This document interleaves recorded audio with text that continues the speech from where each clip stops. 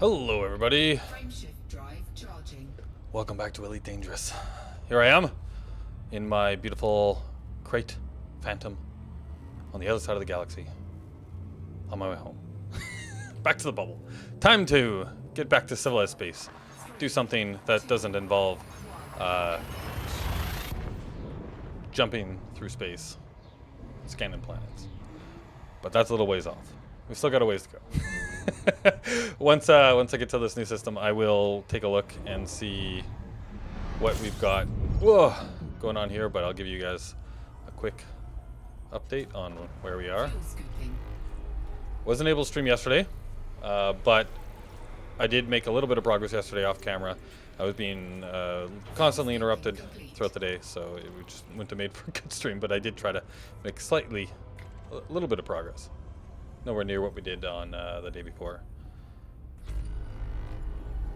Alright, let's see what's in the system, if anything.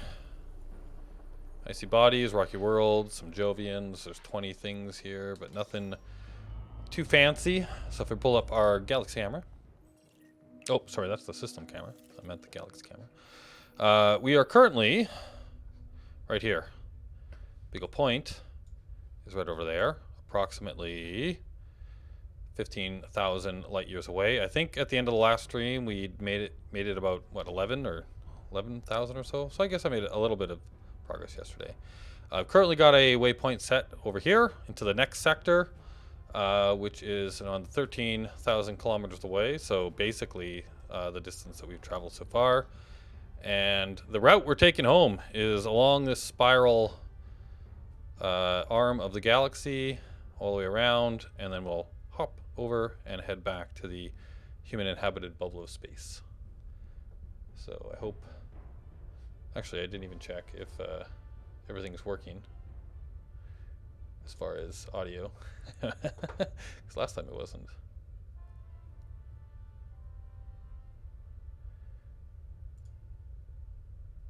I guess I have to say something to see if it's working, but I think it is. Yeah, okay, I think we're good. Okay, so yeah, so that's the plan. So I need to jump. We're basically trying to go fairly quick.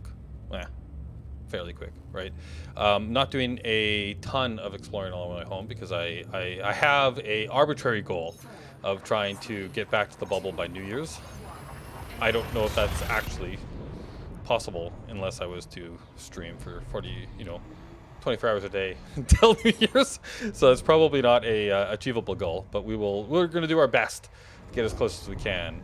And I guess I best not fly into a star.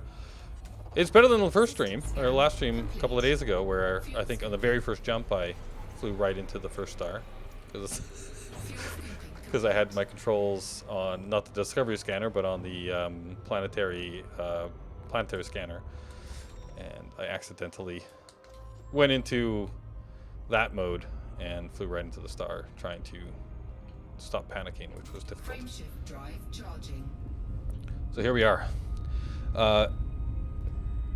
Yes, so long ways to go. What are we stopping for? Right, so we are basically stopping if we find anything that would be like a water world, an Earth-like world, ammonia world, those types of things we'll go check out. And what I'm really hoping to find is anomalies. I want to get my name on the board for anomalies.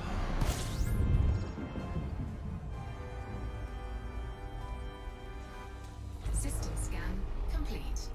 Fuel scooping. And I'll show you in the scanner when I pull it up next here. Fuel scooping complete.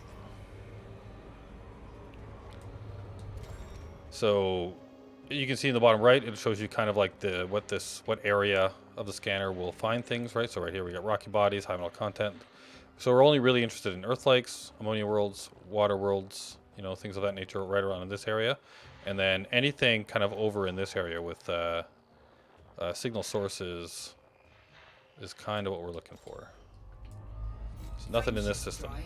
We'll move on.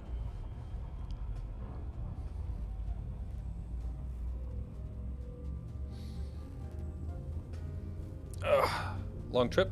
Got some tea. 4, 3, 2, 1. One thing I'm going to try to do between this and the next stream, if I have the time to do it, is get Astra set up again. So my onboard ship computer, which hopefully is good.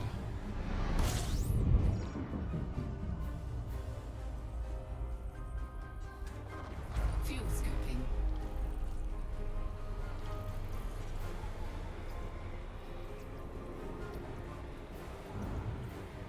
Fuel scooping complete.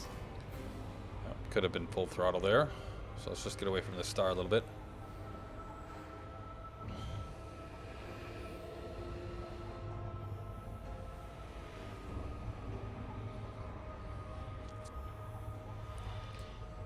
Alright, let's see.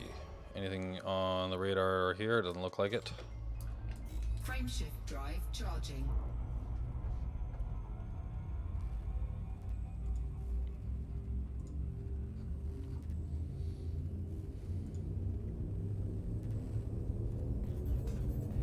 Four, three, two, one. Engage. Alright.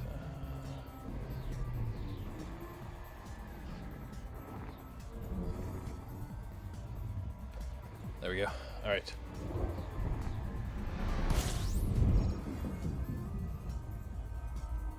So I got a nice long plot. I'm actually within, like, I was having difficulty actually doing long route plots in the past because we were so far out and there was not a lot of stars kind of around in the area, but now there is. So we can do some pretty lengthy plots now. Nothing here. Frameshift drive charging. So if I pulled up the, whoops, I keep pressing the wrong way, but you can see I've actually plotted a route that is like quite a long way away. I have a 13,000 light year route plotted. 4, 3, 2, It's nice that you can do such things now. Didn't used to be able to do those things back in the earlier days. I think it was a 1,000 light year jump limit on the plotter originally.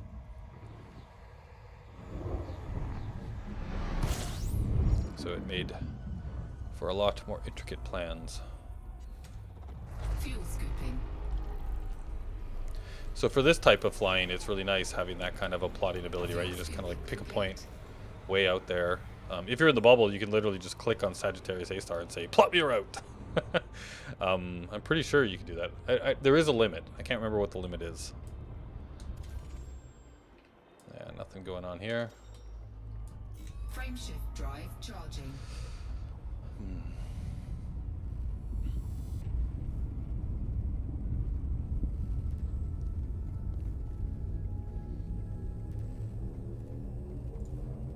Four, three, two, one. Engage.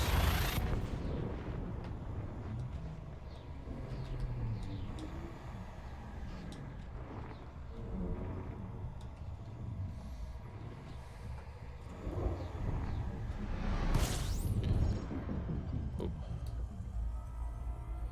A little bit longer trip around this star. Fuel Should have gone the other way. Go full speed. Fuel scooping complete. Try not to get too close though.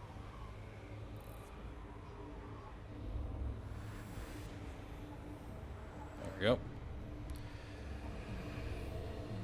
I guess we could pull up this first. You normally will only see the stars, but if you do see like planets and stuff, that'll be a dead giveaway. There's not a whole lot. There's only 3 or 5 bodies. There's only 2 actual bodies in this. Let's do a quick scan of this system. I know I'm breaking my rule already. Oh, too close to the star. Hopefully not. Might as well get the first discovered on this one if we can, just because there's only a couple of bodies here.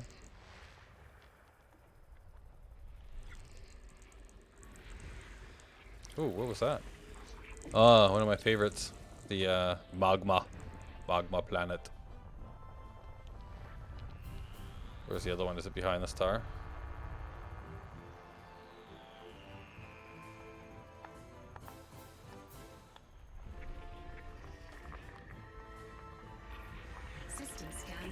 complete. There we go.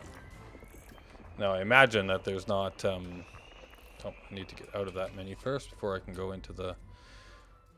So there's one way down here. I imagine that none of these are terraformable. Yeah, no.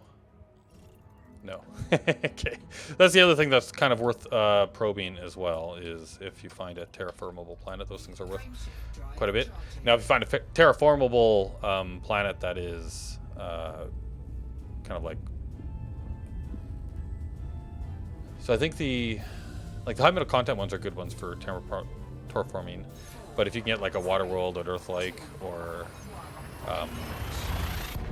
one of those as well that are in like the terraformable range, right? So like that Goldilocks zone around the star, those are super valuable because they are the easiest ones for humans to make livable for us ourselves. Fuel scooping.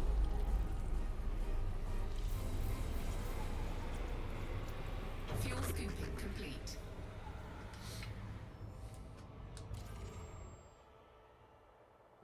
I see bodies, high metal content. Frameshift drive charging.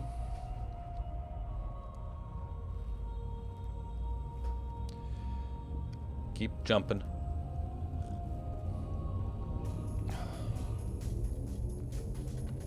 Four, three, two. So I haven't seen any pictures of it yet, but I heard that there were some spectacular photos gathered with the convergence of Saturn and Jupiter that happened, a couple of days ago. Wasn't able to see it myself, but looking forward to taking a look at all those pictures. Seen some cool space stuff. Fuel scooping.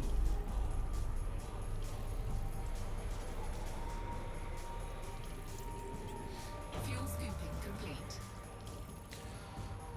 Would really like to find an anomaly on this trip. We'll see if we can. I've been to a couple anomalies that other people found. I want something over here. I see bodies, yeah. Looks like, what is this? Asteroid clusters. Frameshift drive charging. Basically, what I'm looking for is, if we go into the codex, I want to find some anomalies, things on these lists, right? Biological and geological items, astronautical bodies. But yeah, like this kind of stuff. 3, 2, 1, engage.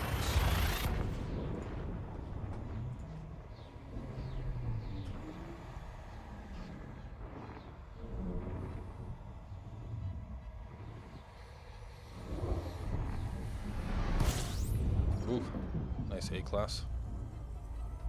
Very bright, very white, Fuel purpley white. scooping.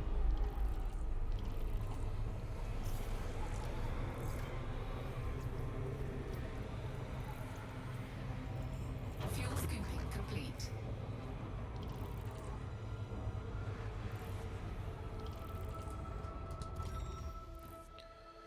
Nothing on the side we want. Nothing in the range we want. Just gas planets and things. Frameshift Moving drive on. charging.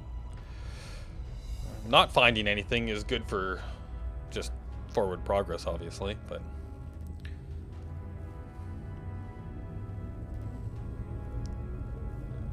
Four, three, two, one, engage.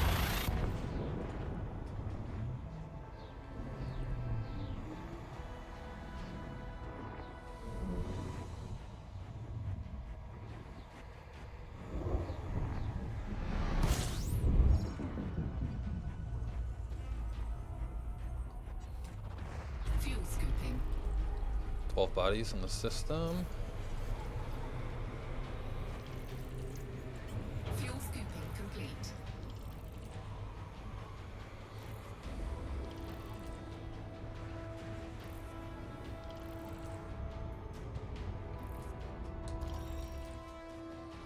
Some gas giants. Hey! An ammonia water world. That is definitely worth checking out. What do we got over here? There's 12 bodies in the system. I wonder if I should just...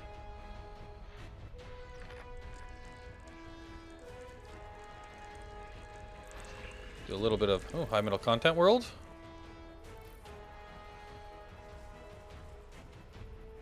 over here? There's our water world, or maybe ammonia. Yeah, it's just okay. So it's not an ammonia water world, but it is a water world. Those are very nice. Humans like those.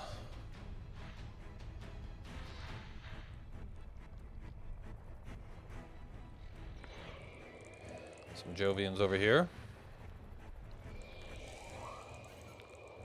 Some pretty Jovians. Yeah, look at that. Nice purpley one.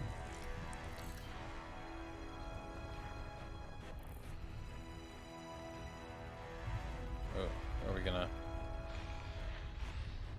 I think I'm a little bit too close to the star. Let's fly away a little bit further so we can find the rest of these planets. Probably should be flying toward our water world, actually, because that is kind of where we want to go to do some probing. So let's just kind of move our way over there, and then we can finish scanning the system while making some, at least lined up with the planet that we want.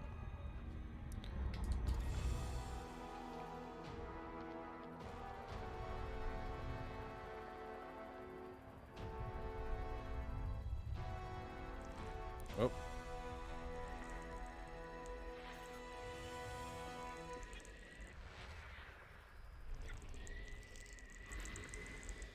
Content.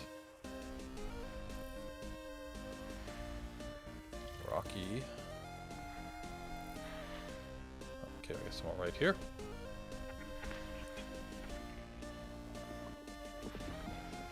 Middle content world.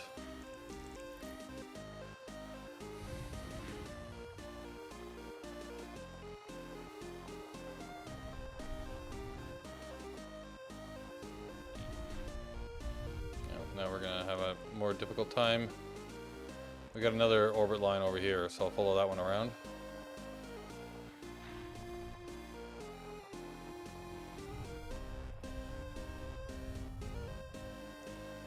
What's over?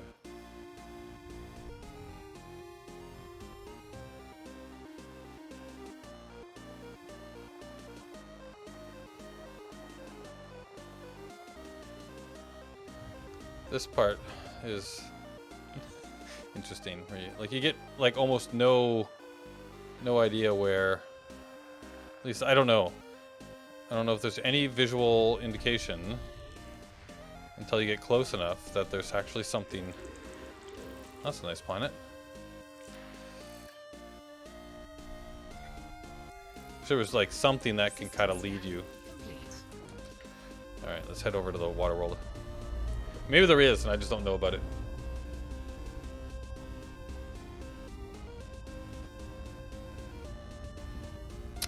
Yeah, I don't know. Alright, we're not too far out from this planet.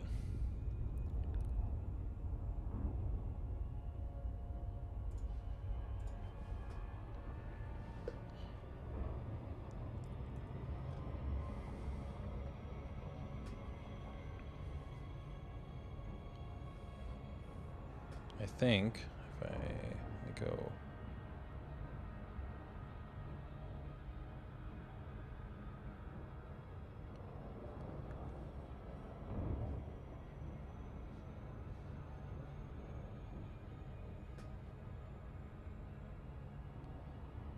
Okay, so I think I might have had both the elite music and my own music going there, so I turned off my music for a minute. Hey, Turtle! Hey, a long time no see. Hey, yeah, it has. It's been quite a while. Trying to fly home.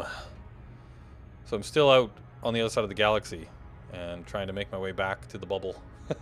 Thanks for dropping in. What have you been up to? How's the holidays going for you? Hopefully good.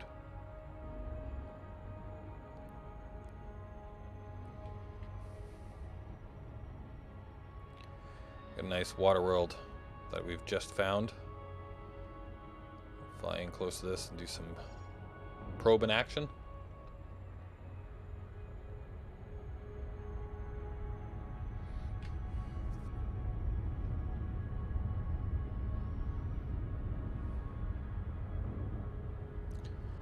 Alright, let's pull up my surf scanner. Alright, I did manage to fix my, or at least hope I fixed my controls so that I wasn't having such. What is it, 6?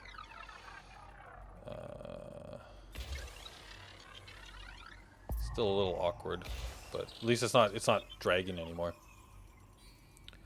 I forgot. Did you leave during Distance World 2 or after? Yeah, I was part of Distance Worlds 2, so I've been on here for a little while. And I made it. I did make it in time. Like, I got right at the end of the deadline. I made it in to Beagle Point. All right, so the backside is... I want to try and get right in the center of the backside. So I'm assuming that, like, if I kind of go, like, right on the edge...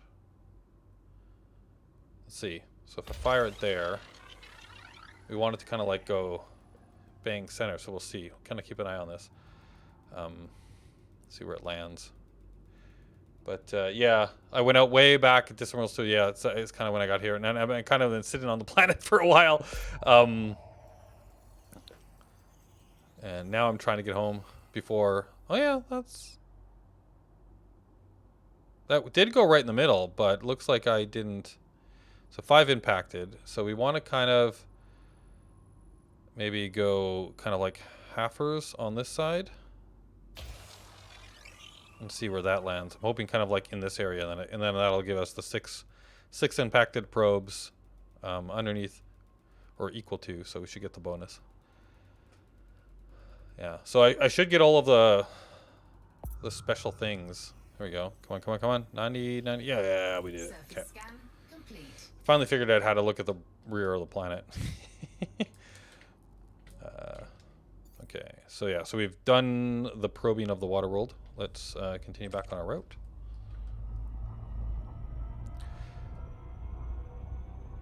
I can give you a quick, show you quickly where we are out here in the galaxy, Turtle. But yeah, so Beagle Point's right over there, right? That's where I left about 15,000 light years away. We're trying to get all the way home, way over there. But yeah, I want to get back if I can by New Year's. That'd be fun. But if I can't, eventually I need to get back before the drop of Odyssey. Yeah, I left during that Distant Worlds 2 and was about 3/4 to Colonia, and then got eaten by a pulsar. Oh, I just did it again. Oh, let's get away from there. So I'm still in the wrong mode. There we go. Let's get back towards this star. There we go. Oh. Let's line back up with the destination. Let's try not to fly into a star today. No pull-inables. Was about 3/4 to Colonia and then got eaten by a pulsar. So did you end up back in the bubble? So I didn't make it, unfortunately. Yeah. Yeah, I didn't go to Colonia for Distance Worlds 2. I went straight. Do we have anything good on? Oh, this looks like there might be some stuff here. What's this? Gas giants. Oh, water worlds. All right. Yeah, I went straight through. Like, I've been to Colonia a couple of times already, but so for that trip for Distance World 2, I didn't go through Colonia. I went straight across. Whatchamaface, Saj. Where is the thing we're looking for? Not there. Oh. What's all of this?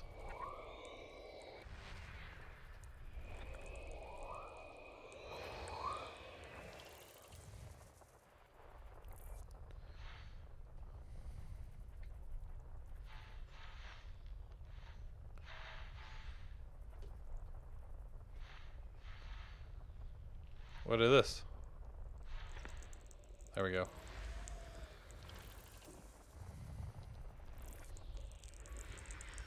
Some Rockies. Oh, we still got some more stuff in here though, it looks like.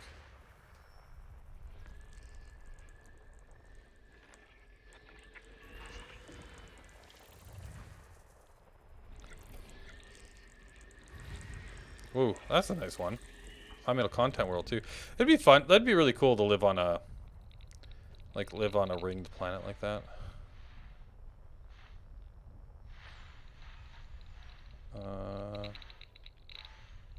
What's in here? There's something else in here. Or not. Okay, that's gonna be annoying. I feel like there's something here. Okay, that's the asteroid cluster.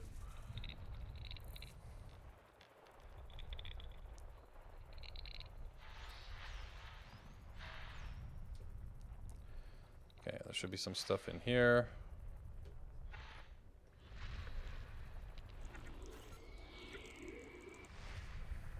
Wow. Okay, where are you? Wow, this is a bit of a zoom in. Gassy.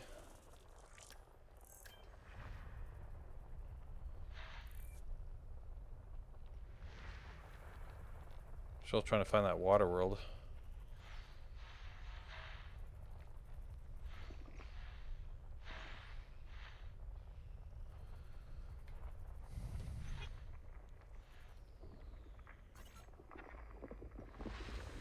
Icy body. What we got over here? Another icy body. There's 29 items in this thing. Are you only scanning for water worlds? Yeah, so I'm Subnautica Ring World, 10 out of 10 best place for a colony. Yeah, I agree. That would be really cool. Are you using the controller for this? No, I'm using my HOTAS for this, and that's why it's a little bit finicky, I guess. I've heard that using like your, like using a controller or using mouse and keyboard is better for this particular aspect of the game. But I don't have that kind of all set up at the moment.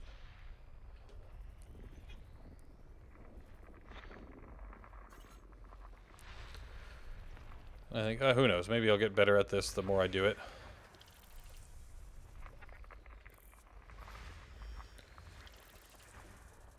What else do we got? Okay, we got something here. Still trying to find that water world.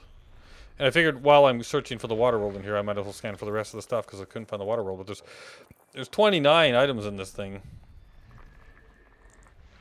So it's a bigger investment than I thought.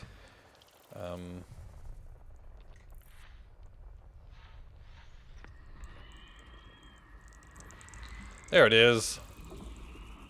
Okay, we found a water world, and there's still maybe another gas giant.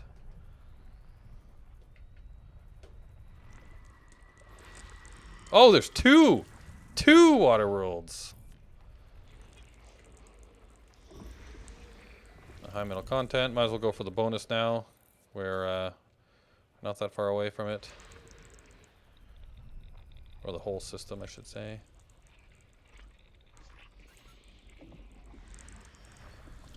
Alright. What do we got here? Okay, we got more ring, or sorry, belt.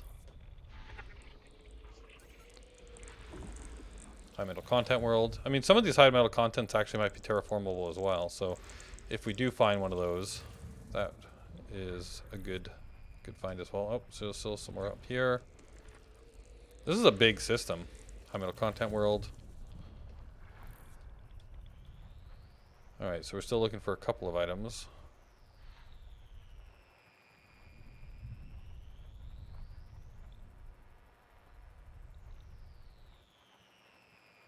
Now these are going to be annoying to find, huh?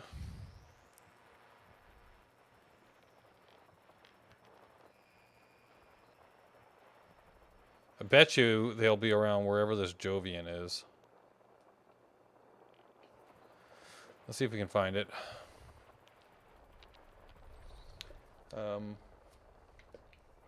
Yeah, so the plan, when you asked, are we searching for water worlds? The plan is I'm looking for kind of like the big ticket items. Oh, here we go. So like Earth likes, water worlds, ammonia planets as well. There's the gas giant. Okay, so now the last little bits should be here. Now the rocky world. And then actually the big thing that I'm looking for is anomalies, right? I want to find some anomalies, but unless I'm told otherwise, I don't think that there's like any kind of sciencey way to find that kind of stuff.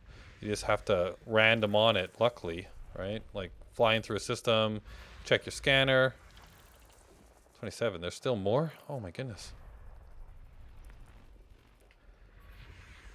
All right, one more. I think it's over here. There we go. Complete. All right. So now we want to go probe the two water worlds. Where are they? Of course, they're over here. All right. So this is body is a candidate for terraforming too.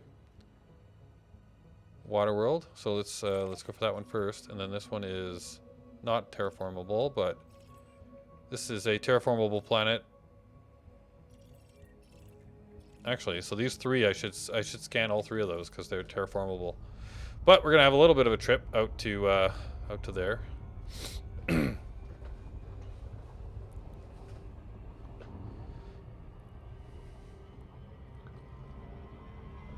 Get the bonuses. I am currently 92% explorer rank pioneer. So I think by the time I get home, I should have more than enough to hit that hundo and then be elite in both. Elite in explorer rank. I'm already elite in trade rank, and then and then I'll have to work on my combat rank. That's kind of like when I get back to the bubble.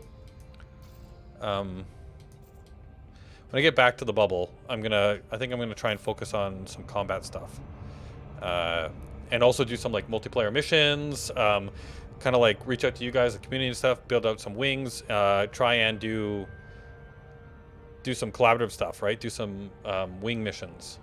Do get my combat ranking up. I'm also gonna do. I think I'll dedicate some streams to just getting better at flying. So I want to get good at flight assist off. So I think I'm going to do a bit of training in some streams with flight assist off. And if people want to join in the training regime, they're more than welcome. Can do some research on maybe the best ways to do some of that. One thing that so there's a YouTuber, and I can't remember the name right now, that had some videos around how, like, training for flight assist off.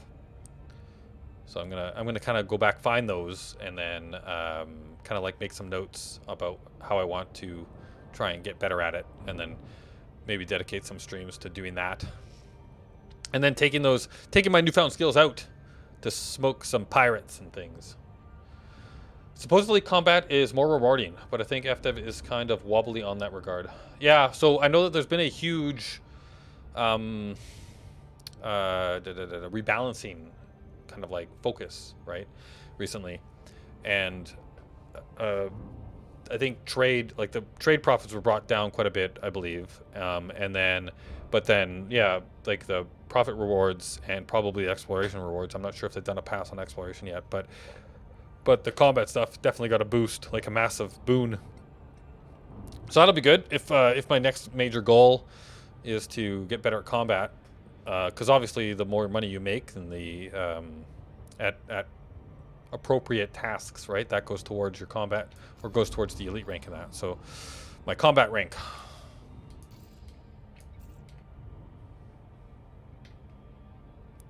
Yeah, those are some ideas. But yeah, I kind of want to get a little bit better at combat, both in my SRV and in my spaceship. And that because when Odyssey comes out, one of the things that I'd like to do is organize some combat arms assaults, right, like on bases and things. So getting like doing. And they said, like, in the Odyssey trailer, and I think in one of the dev diaries, that they were talking about this idea of combat arms, and they even mentioned the fact that you should be able to do, like, use SRVs at the same time as using like spaceships and stuff, right? So I think it would be a lot of fun. This is something I've wanted to do for a long time, but we just haven't been able to do it, even just with SRVs and spaceships. But now with walking around as well, to like organize a raid on a base where bunch of people are going in on the ground, bunch of people are going in on, like in SRVs, and then spaceships, right? And kind of organize like this multifaceted like raid on a base. I think that'd be fun. I've got a basic handle of FA off. I have it on a toggle and use it for turning in combat and flipping around to shoot behind me. about that. Yeah, that's kind of the most that I've done as well for FA off. So I have done a bit of kind of like playing around with FA off before, and I have a on my HOTAS I got a button to flip fly assist on and off, and the most that I've ever done with it is kind of what you're talking about, where like I'm flying in battle and I want to keep the guy in my sights or whatever, right? So I'll turn FA off when I'm like trying to do sharp corners to keep them in my sights, and then flip it back on when I've got them back in my sights.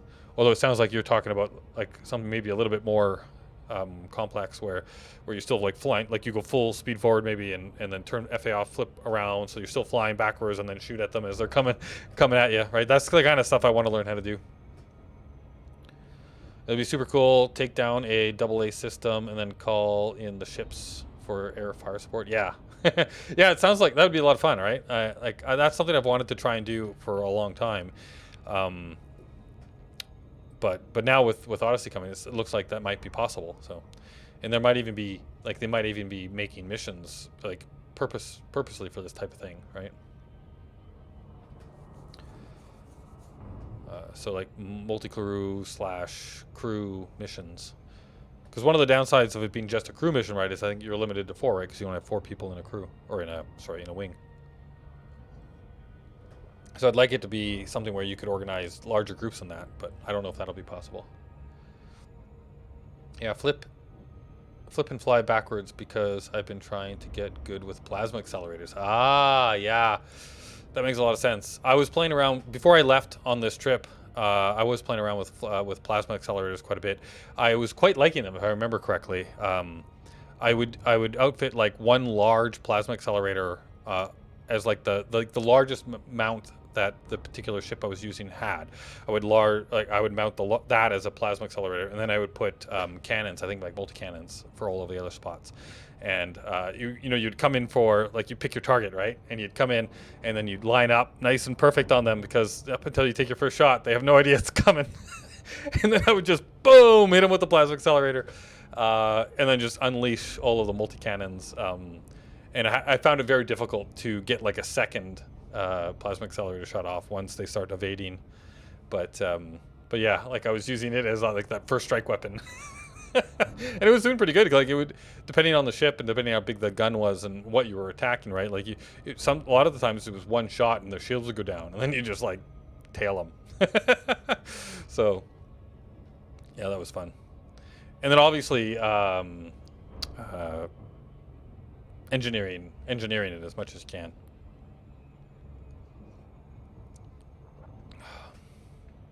I hear there's like a big discount on engineering stuff going on right now too, if I remember correctly. Yeah, you need less materials and stuff for a little while. Of course, I can't partake in that because I'm very, very far away. I got it set up on my crate with 2 medium multi-cannons, 2 large plasma, and 1 turret beam to keep their shields down. That sounds cool. Is that I'm assuming that's not a Phantom. That's the bigger crate. What's that one called? The crate. So I'm flying a crate Phantom right now. I believe this is a crate Phantom.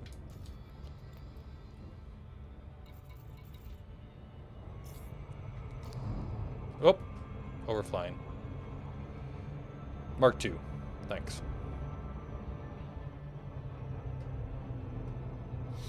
Yeah, this is I outfitted this Phantom out for exploration, so it is definitely not a combat ship.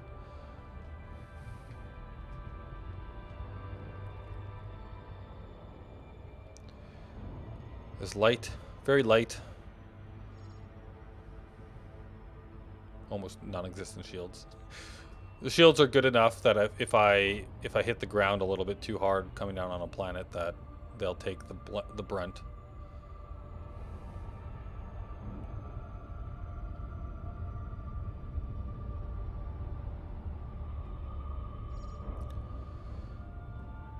Your main ship is the Crate Mark II.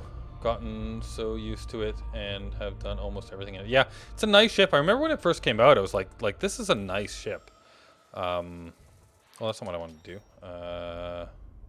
Discover scanner. Nope. Discover scanner. There we go. This is a 7 probe planet. So let's go 1 in the middle. So one on this side, on this side,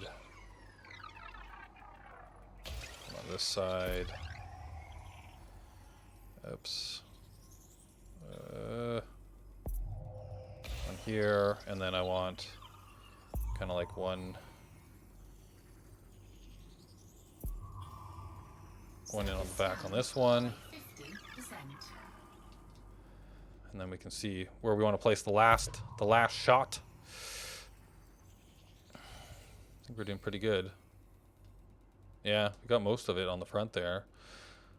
So I launched this one down from over on this side, so it's going to launch kind of off center, I would hope, a little bit. Okay. So now we need 1%. So let's fire off another one kind of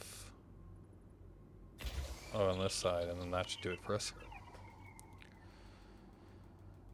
Yeah, the crate like the crate Mark II. I didn't get too much time because I outfitted this Phantom to go out for Distant Worlds around when I think the Phantom came about. But I really like the Phantom, and I have a Mark II back home too. And I remember really enjoying that thing quite a bit.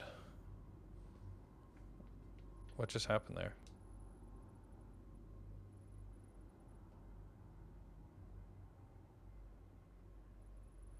Did I just fire that off in exactly the same spot and then completely mess up my... I swear I just fired on the other side.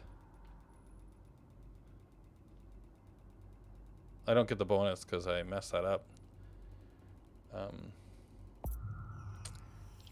There we go. Scan complete. I must have thought I went the other way, but didn't. I don't know, that was 8, so I didn't get the bonus on that one. So here we are. I want to do this water world as well.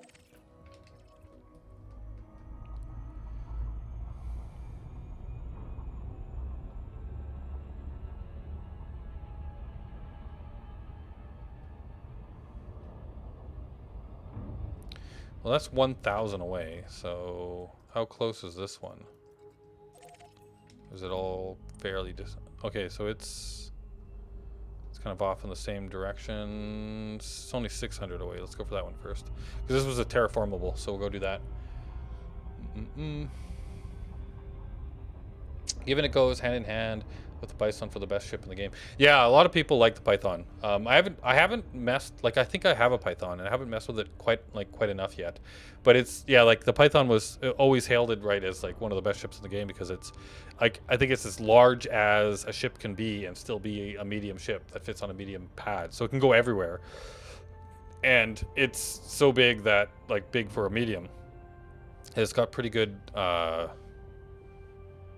internals and expandable slots, so it totally makes sense, which is as good as it is bad because you only ever need one ship, but it makes it hard to try new ships because you're always used to the crate. Yeah, when you get really used to something, it's hard to switch to something else because they all fly slightly different too, right? What I'm hoping to do is get really good with flight assist off and really good with combat, or good enough anyway, and then outfit an FTL as my like primary combat ship. But I don't want to try and get good flying Fertilance because I'm not paying attention again, because that thing's expensive to replace. So I think what I'm going to do is get myself in a suicide-y while I'm learning how to flight assist off, so that if I crash and burn, it's a fairly safe rebuy. But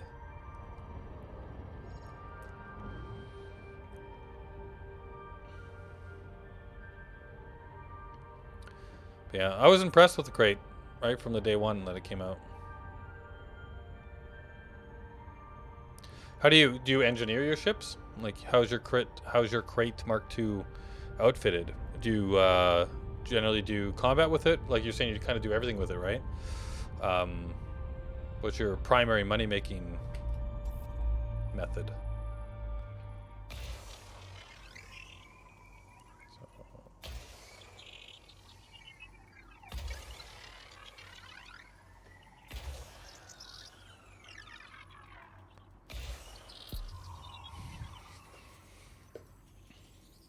Even if the handling is similar on paper for ships, they can handle and feel very differently for thrust replacement in ships. Yeah, ship size. I totally agree. I've noticed that myself. Okay, and then we have one more going in, right? There it is. Boom. And that one we did with only 5.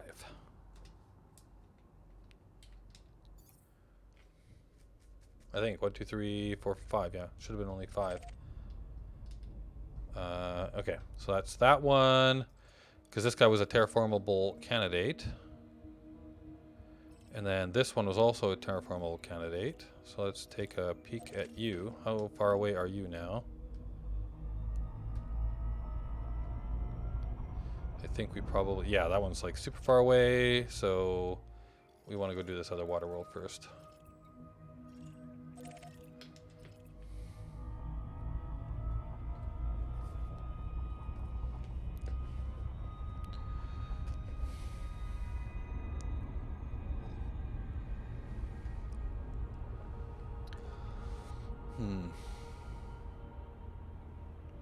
Just checking the stream status. Looks like we're still green. All things are good. Hopefully it sounds good to you.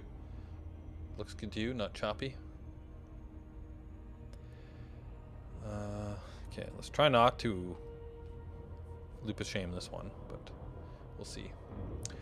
I have got a bit of engineering on it, probably like about medium on engineering. I just have a lot of modules I swap out for primary core mining, but primarily for core mining, right? But I have also messed with painite and cobalt for getting those monies. So you're basically you're hardcore into the mining then, huh? I haven't done it. Like actually, that would be something I'd like to try when I get back, because I haven't really messed with a lot of the core mining stuff that you can do now, where you actually like detonate, you know, explode the asteroid and then mine the core. I've seen a bunch of videos on it. But I've been out here for so long, I haven't really been able to do a whole lot in the system. There we go. Caught it this time. But yeah, there's a few things that I guess I need to try out when I get back into the bubble.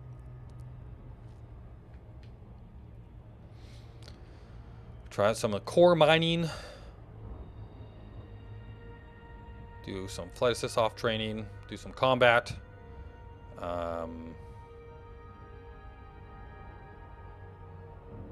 Mess some engineering some more. I think I do want to try and ultimately get like a nice fleet of ships that kind of are, you know, purposeful in what they do. But what you're talking about actually makes a whole lot of sense too, where, you know, you don't necessarily, like, you could have a good all-around ship, right, like a Crate Mark II or a Python, right, and then just have all the modules that you needed that are you know, engineered the way that you need them for whatever it is, and then just like flip them out, right? Put in what you need for what you're planning on doing.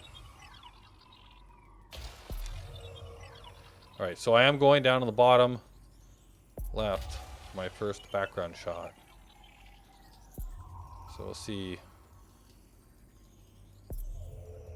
So I should be able, so back left. So the next one I should be able to do is up over here, right? Like that makes sense to me. Let's see what happens here. Just kind of square on the back. See, so that went over there. So I'm thinking that we should now do the similar thing over here, right? And then that should hit the other side of the planet. So it should hit over here. Am I totally misunderstanding? I could be. Yes, it's been nerfed, but I still find a lot of peace in the asteroid exploding and firing through the icy rings. Oh, there we go. We got it. Complete. Yeah, no, it looks super cool, and I definitely think that's a big appeal, you know, as well. This system is, we're spending a lot of time in this system. Candidate for terraforming. So let's go to this last planet.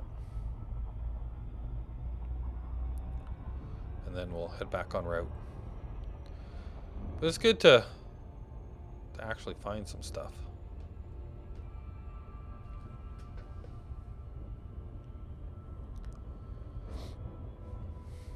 Are you excited for Odyssey? Is that something that you've been looking forward to? The walking around bits and all of that. I think personally, I'm more excited for the tenuous atmospheres myself. But the walking around definitely looks like it's going to be, like, it looks pretty good from the videos and the actual play videos that they've shown so far.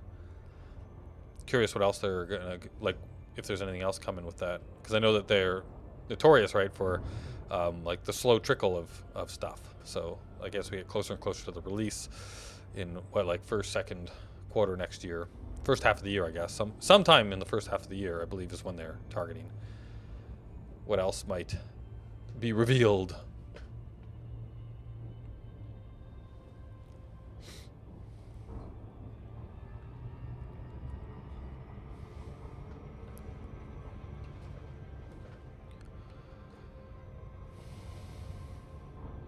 Overflying once again. Let's see if I can just bleed off enough speed that to not go right past it. No. Not so lucky. There we go.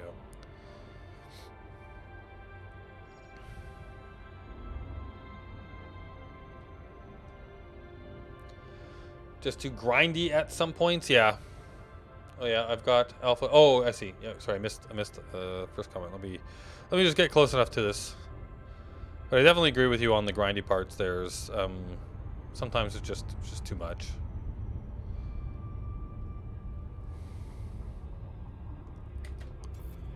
All right, what's it? 6. So we'll go 1, 1.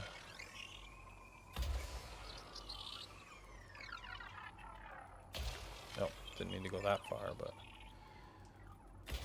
let's see if that's enough to do it.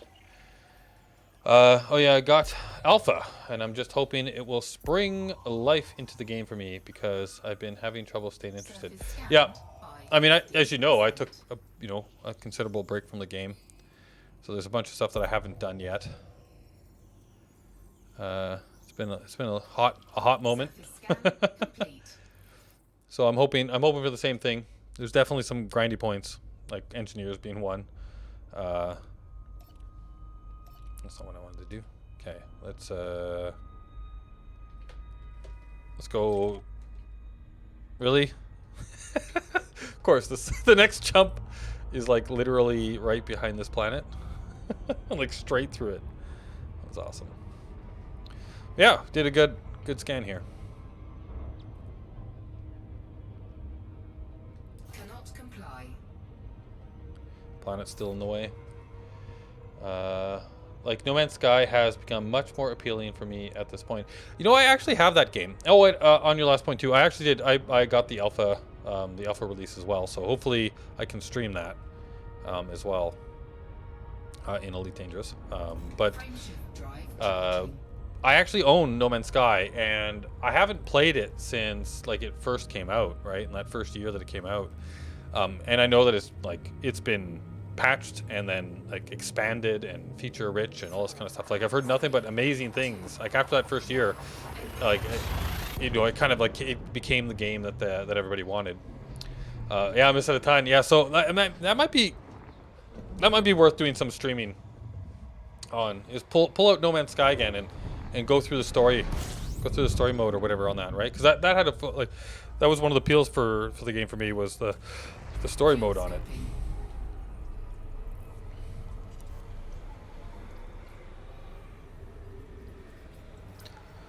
That might be a good one to play through. Fuel scooping complete. Rough start, but a pull through. Yeah, exactly. That's what I heard too. There's a whole bunch of stuff in it now, like base building and all kinds of things. So, might try and do a run through of that. There we go. Okay, yeah, nothing in this system. Frameshift drive Moving on. charging. Yeah. Actually, there's a few games in my Steam library that I've looked at. I'm like, I noticed that my when I stream or YouTube or stream a game, my chances of actually finishing a game go way up than if I'm just trying to do it on my own. So I might start just looking through the library of games that I have that I've really wanted to play, and then maybe just start doing like pick a game, play through it, you know, get to the finale type thing, and then pick another game, play through it, try and do something more consistent in the new year. Fuel scooping. Yeah, Drunk Spidey's doing Cyberpunk's 2077 right now on the channel. I actually own a copy of that as well, and I've been playing that a little bit in my evenings. That's a cool game, but nothing. Frame shift drive. I like the charging. city and the lore. The creator was very much a visionary than an advertiser, and there was a big lack of communication with the ad team. Caused most of the problems at the beginning. Right, like there was a disconnect, right, on what people thought they were getting and what they were actually getting. And I think there was also some issues, if I remember correctly, I remember reading that there were some issues with the publisher as well, like that the development team didn't want to release it. Like their plan was to release it a year later, which oddly enough, like a year later when they finally released all of the features that they wanted, that was much more in line with what they were promising, right? So it's kind of funny. I think that they were, if I remember correct, I could be totally wrong on this, but it sounded like that they were being pressured to release it early by the publishers. Kind of screwed them over on that. Frame shift drive charging.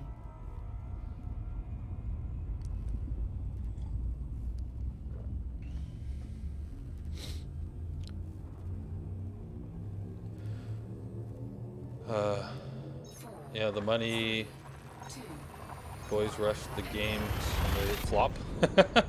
Oh, they rushed the games. Yeah. Yeah.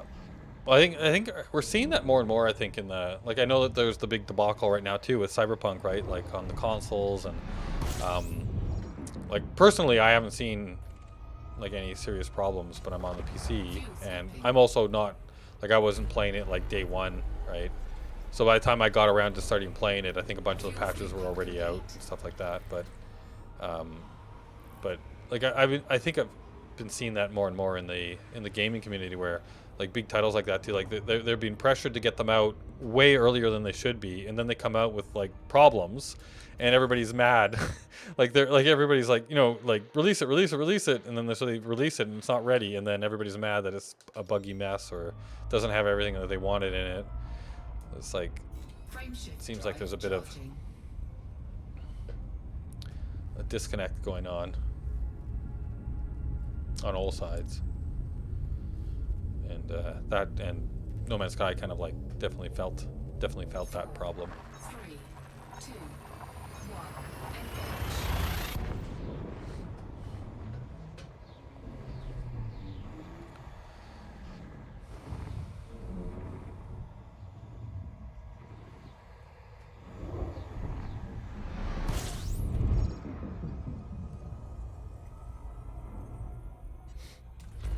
fuel scooping.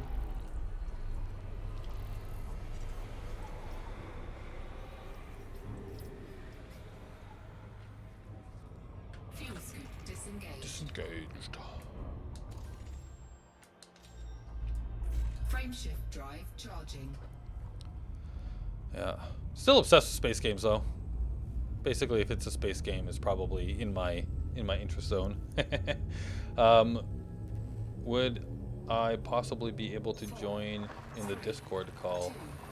Well, I'm on like I'm in the DidTuber Discord at the moment, so like the streaming Discord, the non-public area.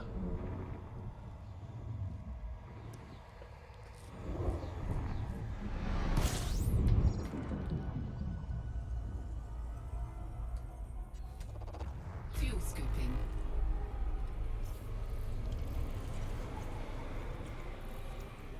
Fuel scooping complete.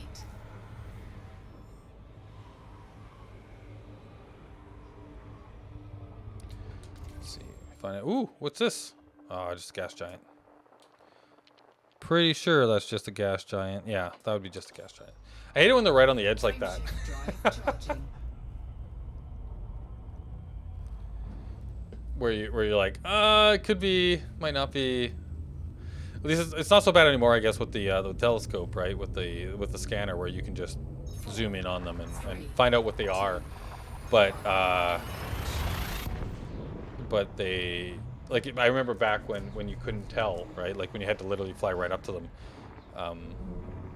It's like, ooh, that looks like it might be a water world, and then you get there, and it's like, nope. It's the high metal content world that has an atmosphere that kind of makes it look like a water world. Ah, darn it. Fuel scooping. Back in the day when I used to listen to planets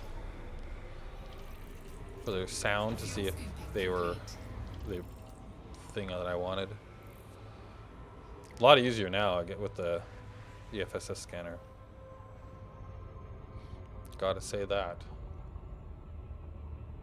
Yeah, space games are where it's at, for sure. Water worlds. But then I'm just a giant space nerd, so I love all that stuff. Like the Expanse series has been a lot of fun to watch because they take such care to try and make it as accurate as they can, right? I mean, it obviously is a sci-fi show, so there's stuff in it that that you have to be willing to suspend your disbelief on. But the amount of care that they take with the zero G and the like the physics of it all, it's nice to see. I wish that there was more shows and books and things that were more on that vein. Fuel scooping complete. That the artificial gravity fix all problems device. It's one of the things about Elite Dangerous. Like, even though you can't really tell, right, in this game, but there's no artificial gravity in this universe, which is kind of refreshing, right? Like, it just seems to be a trope of sci-fi that they always get around the problem of zero G by just saying, oh yeah, no, we got artificial gravity. I know the YouTuber Noodle made a very in-depth video on crunch culture in the gaming industry, and it was really interesting and informing. Yeah, it is I can imagine, like, I wouldn't mind, you said Noodle, yeah, I might look that up later, but like, I'm a programmer by trade, right? So while I'm not a game developer, I kind of understand the like the tech culture, and yeah, that kind of toxic environment of the crunch, right? Like, because I definitely deal with that myself a lot, but obviously not around releasing games, but around releasing software that businesses need and things of that nature. And it's the same problem you deal with, and it's not good for anybody, right? Nobody's happy in the end when it's just pushed. They can send me like, yeah, throw it in the Discord there, like in the NidTuber Discord or whatever. There must be a place where you can post links and things, I imagine. 4, 3, 2. Maybe general or something. I'm not sure. But yeah, like I'd be interested to look at that. Oh, Apple, welcome. I'm scared. Ah!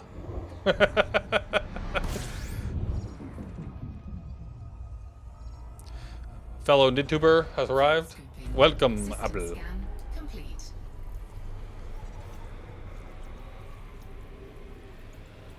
Fuel scooping complete. All right. Nothing going on here. Frameshift drive charging. Make a little bit of progress now. We had that one system that flew around quite a bit, trying to scan a bunch of planets. 2 water worlds and a couple more terraformable high metal contents. Nice system. Very scary to look at, I know. Yeah, especially those words.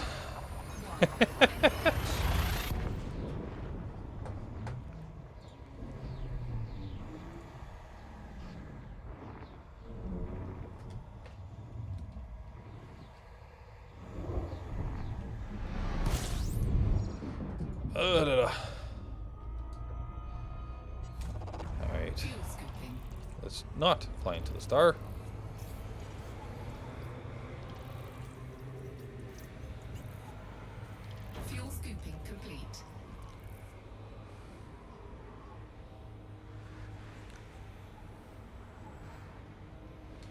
Let's get away from this thing. Merry Christmas Eve, everybody. That's right. It's the Eve before Eve. And all through the Twitch. All the gamers were stirring. Yeah, that's not working. Do it. Slap you. Oh no, did I get... Ah! I know, that wasn't a very good one, right? Oh, there we go. There you go. I think that's... I don't know whose fault that is. Is that Boris's fault or is that yours, Apple?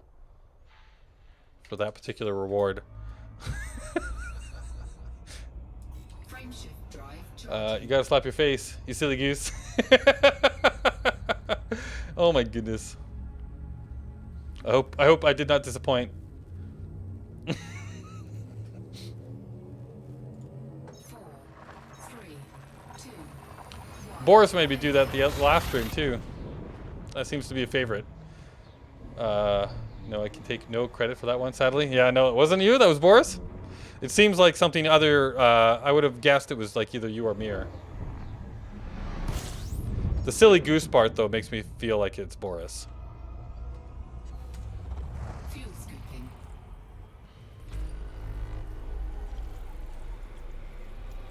Fuel scooping complete. No, definitely worth saving up. Good, I'm glad. Glad you enjoyed that. How do you pronounce that? Kixra? Kixra? I'm not sure. Everybody knows though that mispronouncing everything is my thing. Frameshift drive charging. Yeah, that's sure a Boris Mirror saying for sure. Yeah. Well, I think that one might have been Boris's just because of the wording, but it was probably inspired by Mir and his what's the phrase? The 3, 2, cow slappy Christ, I think, or something like that. That he says.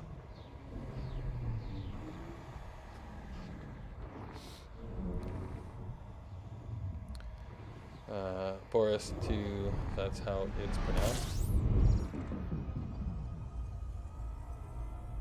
Oh, so I got the pronunciation correct? Fuel Alright, good. scooping. Kixra? System scan complete. Good, good.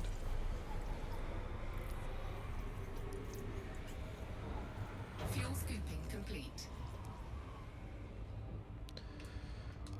Alright, nothing! Frameshift It's like drive good and bad. charging. Finding nothing means that I can continue to make progress towards the bubble, but finding something is also more interesting than finding nothing. So, but finding something means it slows you down. 3, 2, 1. Oh, I got a bounce. Nice to see you starting to come back. I'll make sure to pop in more often. Awesome, Turtle. Thanks for dropping in and keeping me company for a little while. I hope I can make this more of a regular thing. Have a great one. Great holidays. And the new year be better than this one. Fuel scooping. System scan complete. Fuel scooping complete. All right, line her up.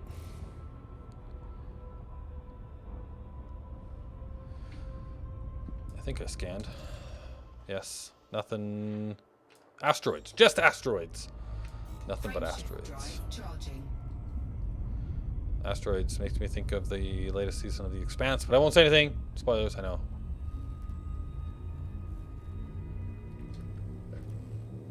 We'll have a new strain of Super COVID.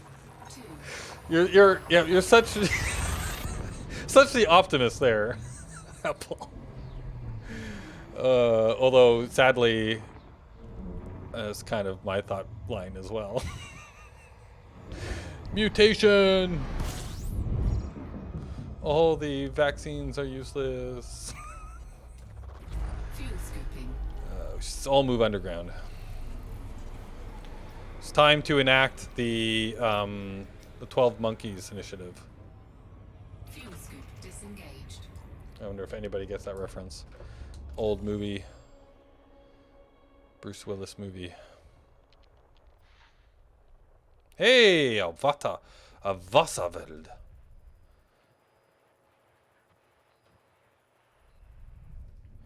Hello, Mr. Vata? Don't be behind the star. Where are you? Come out, wherever you are. Did I miss it? Where is it? Annoying.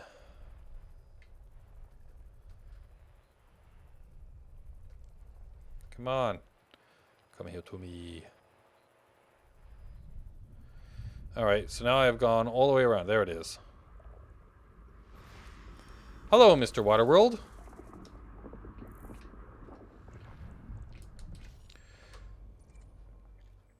Let's go.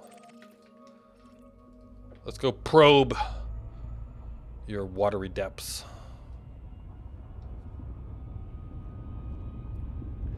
So hoping... Whoop. Okay, let's line this up. No, we literally have a new strain of COVID here. 70% more infectious. Awesome. Jesus. And they are saying PPE and not... Oh, I'm going to overfly because I'm not paying attention. They are saying PPE and not... may not be effective. So, yep, still hoping for... yeah. Why am I not surprised? Unreal.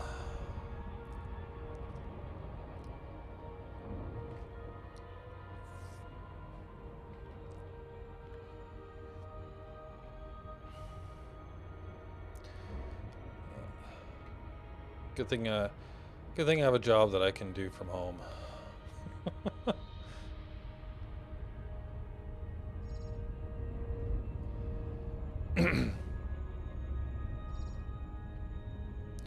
So everybody just becomes streamers. That's the new coping mechanism. We all just play games and stream all day. So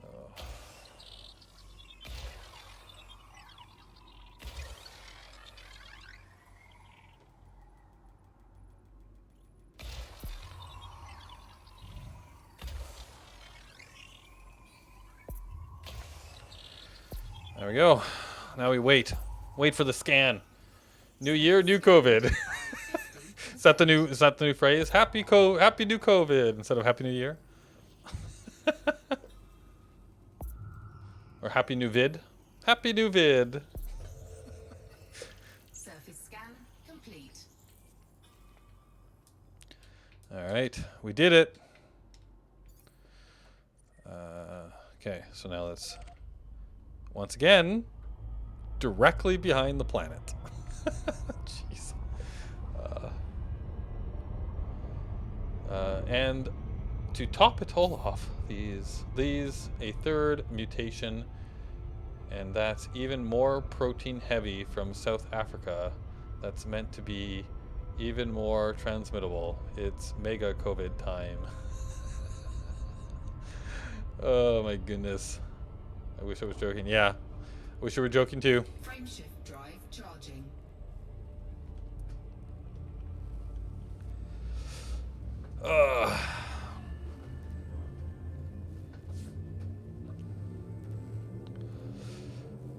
Man. 4, 3, 2, 1. Now we're just waiting for the zombie apocalypse from the vaccine. Yeah, exactly. We're gonna try and rush. Every new mutation, and they'll continually be trying to keep up with the virus, and eventually somebody will make a mistake, and one of the vaccines will cause a zombie apocalypse. And then we'll be in the movie I Am Legend. Fuel scooping complete. I feel I'd do well in a zombie apocalypse. Yeah, actually, that's a good point, Apple. If we do end up in a zombie apocalypse, I think that I'll have to catch a flight over to your neck of the woods before everything gets shut down, because I'm just gonna put you in front of me, and you'll keep me safe. That's the plan. Drive charging. Appletopia. That's right. You're gonna be my guardian angel, Apple. with a barbed wire baseball bat and an arsenal of fully automatic weapons and a revolver and a cowboy hat. You can do that good. You know those one-man bands that have like like all of the different instruments all over them? That's what you're gonna be like with all of your your guns and all of your gear. Oh. Fuel scooping. Fuel scooping complete.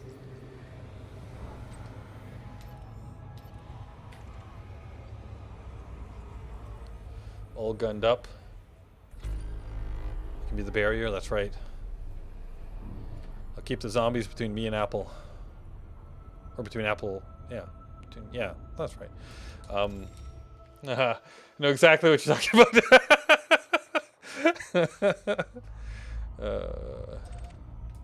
Frameshift drive charging. Yeah.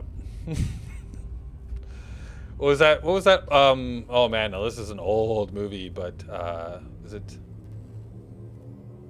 Mary Poppins? I think the one that had the guy that had the one man band. Step in Time, I think was the song or something like that. But yeah, it's like basically that guy, but the zombie apocalypse version. We could get one of them to describe the zombies too. We'll put all of that on. We need somebody who we'll put Minty in the outfit, and we'll send him out as a distraction.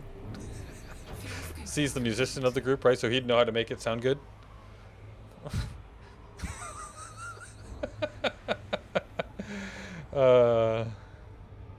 That's it. Yeah.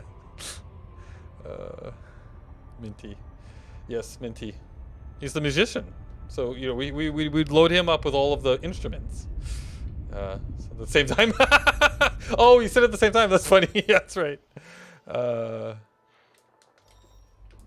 Frameshift drive charging. Gun strapped to every part of the body, ready to fire. That's right.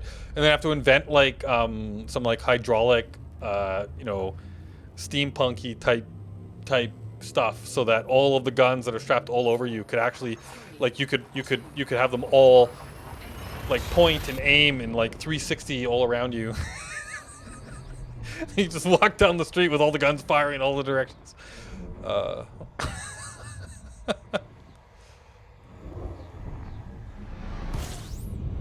Exosuit thing, yeah, exactly. Whoa, Star.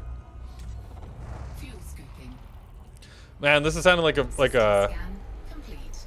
an interesting story to write. Okay, let's take zombie apocalypse and sci-fi steampunk future and mash them together, and what do you get? That sounds like a cool story. That's a twist on a zombie apocalypse I don't think that anybody's done before. Take the sky world in the, what was it, number 3 of what was that game with the big boys and the the Randian dystopia future? BioShock. Frameshift drive charging. BioShock meets Resident Evil. You could make that, right? Yes, I could. With the exosuit? Sure.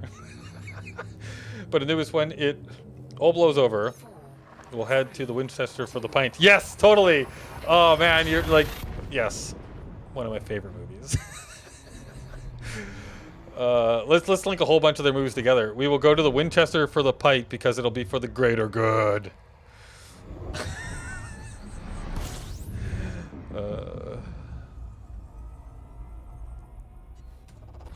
Fuel scooping.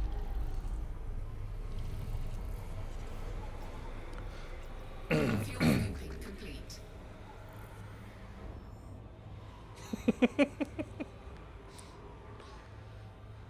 Yes. You have to keep up with the references, everybody.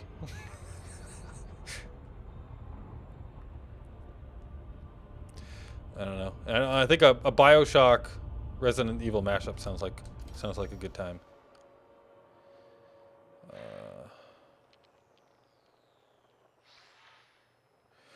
Or how about a Deus Ex Mankind Divided Frame shift Resident drive Evil charging. mashup? That's another way to go. She tripped and fell on her own shears. Good times. 3, 2, 1. Engage.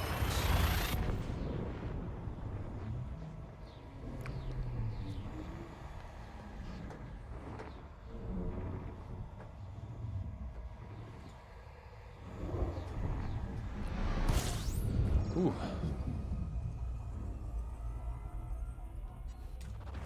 Fuel scooping.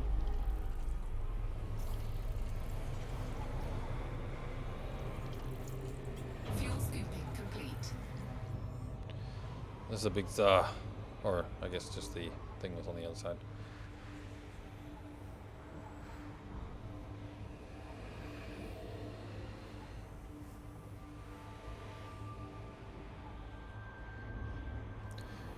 Fly.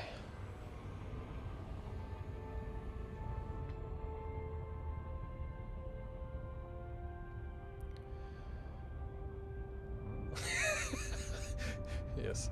Apple's got his own emoticons. I've noticed that I don't have like, if I click on the, where's the list of emoticons here?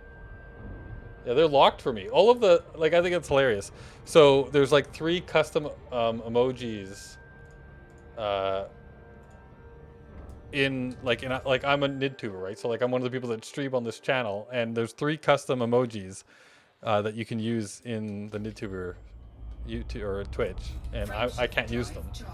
They're locked for me. I think that's hilarious. I don't know why they're locked.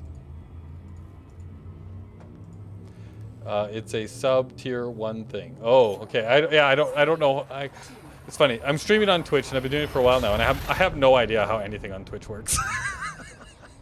Like I actually watch a few, like, and again, like I don't know how any of this stuff works. I've never bothered to figure it out. I'm sure I could figure it out. I'm sure it's probably very simple to figure out, but I haven't even like tried. But I think it's hilarious that I stream on a channel I stream on. The emoticons are locked for me. Yeah, that is hilarious.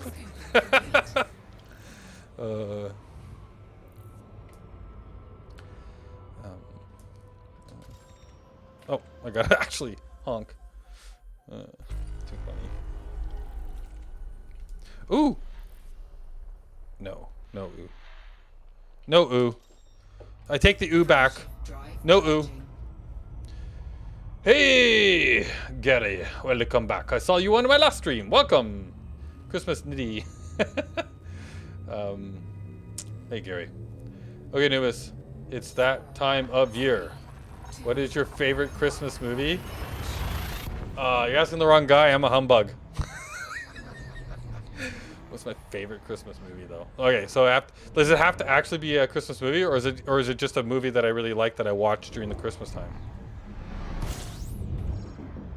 That has absolutely nothing to do with Christmas, or does it have to be like actually a Christmas movie? I mean, being invaded. Oh my goodness, Sal is invading us. Hello, I've been raided. Hi. Welcome. I should have known that with Gary.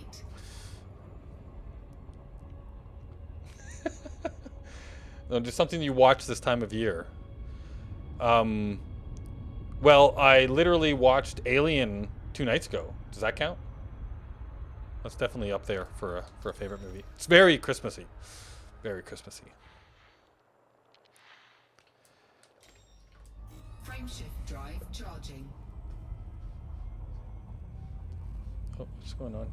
Oh, I'm in the wrong place. There we go. It has to be an actual Christmas movie. Come on. All right. So an actual Christmas movie that I like. Well, I am partial to the Alistair Simmons, or Simmons? version of A Christmas Carol, because that's a family tradition. In my family, we grew up watching that every year on Christmas Eve. I know that movie inside and out. I could System scan uh, complete. basically recount the entire, like every single line of that movie, and do all the characters. um, Fuel scoop so yeah, disengaged. so there's that one. It's a Wonderful Life. It's another one. My mom loves that movie as well, so I've seen that one quite a bit. It's got a good heartfelt message. Nothing. Frame shift drive. So I guess charging. those could be there for Christmas movies. I know they're older, but they're goodies, I guess.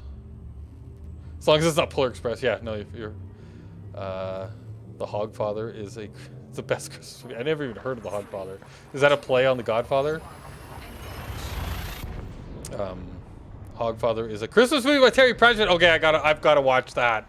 Okay, I'm down. I'm down for The Hogfather. Terry Pratchett, I'm in.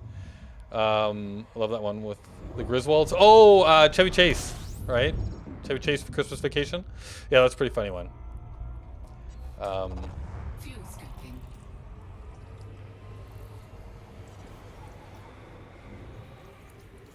Yeah, Terry Pratchett wins. Game over. Scooping complete.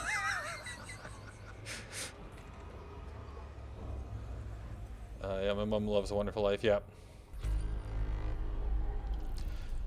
Christmas Vacation. Just Googled it at the same moment. Yeah, there you go. Yeah.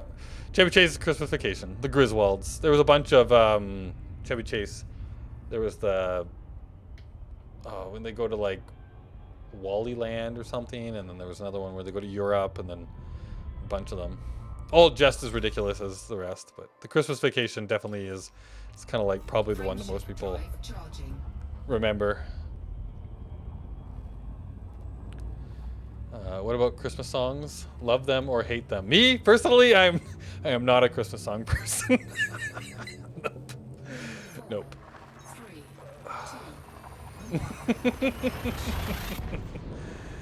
Yeah. No, I think what did it for me with Christmas songs is that every year as I got older, the Christmas, the consumerism side of Christmas kept getting longer and longer and longer, right? So it was okay when the Christmas music was like basically like just December, right? But then it slowly, out and out, and like I remember there was it's like you were getting. It's like before Halloween, like there was already Christmas stuff happening, and there was just like this, and so yeah, it just got to be too much for me. I was like, yeah, no, I'm done with it all. No more Christmas music. Like I said, I'm a humbug. frame shift drive charging. Maybe that's one of the reasons why I like the Scrooge movie. I'm Scrooge before he gets met by the ghosts. Yeah, but it's one stuck in your head. Yeah. Boo. 3, 2, Christmas songs played in shops from literally the 1st of November. Exactly. Like, no. By the way, how far in the galaxy did you venture already? Well, so I'm on my way back. Yeah. So you were here the other day. Yeah. So I made a little bit further. Made it a little bit further. I'll show you my progress here once I get past the star.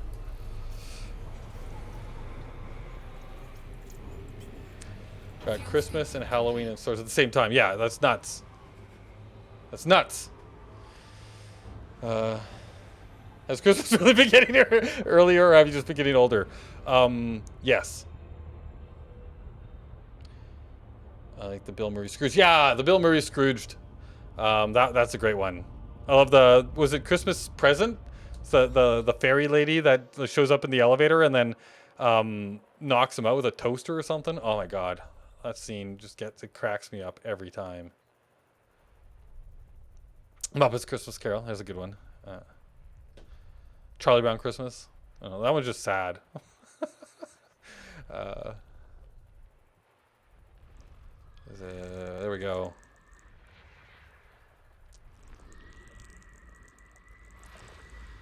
Waterworld. Vassaveld. All right.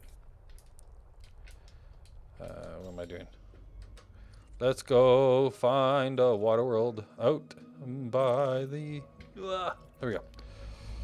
That definitely wasn't a Christmas tune. All right.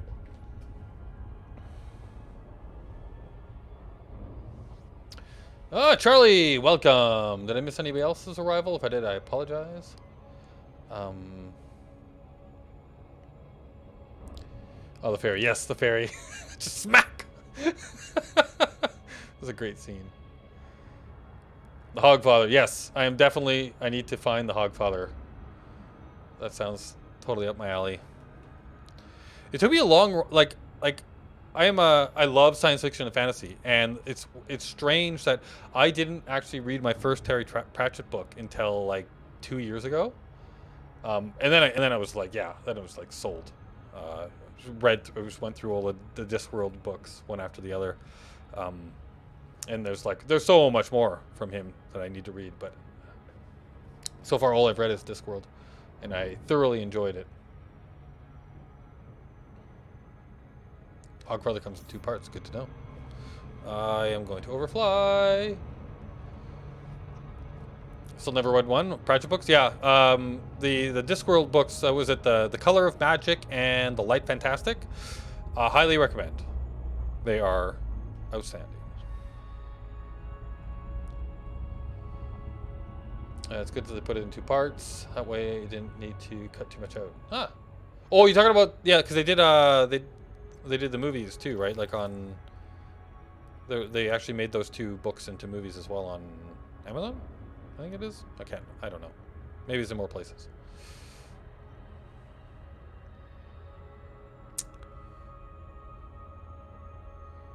Oh, was there another redeem? There was another redeem for the slap the face. Who did that? That was freaking Apple. Okay, ready?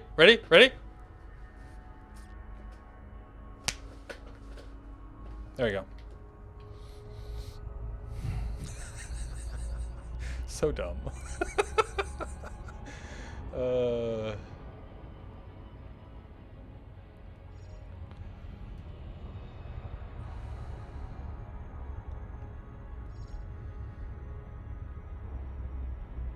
right.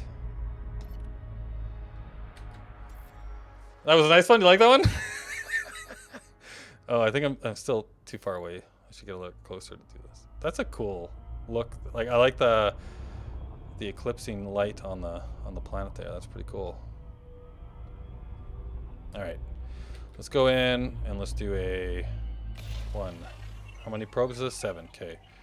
So 1 up here, here, and then we'll do 1 here, and we'll do 1 right here, and then we'll do 1 over here and over here. Hopefully that is all we need. I've used all my probes. It's a brilliant option, yes. Why isn't it everywhere, Mir? Why is slap your face even an option? Yeah, I know, right, Mir? Surface scan complete. Yes. It's a Boris special, I'm pretty sure. Slap gets better every time. Yeah, exactly. Hey, I did it. 100%. All right. Let's get out of here, and then let's retarget. Is it really, like, literally right behind the planet again? How is that possible?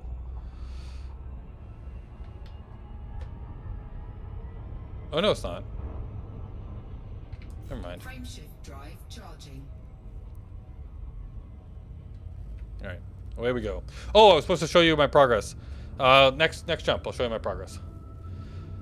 Oh my God, what are you guys doing to me? All right, 3, 2, anybody got 2?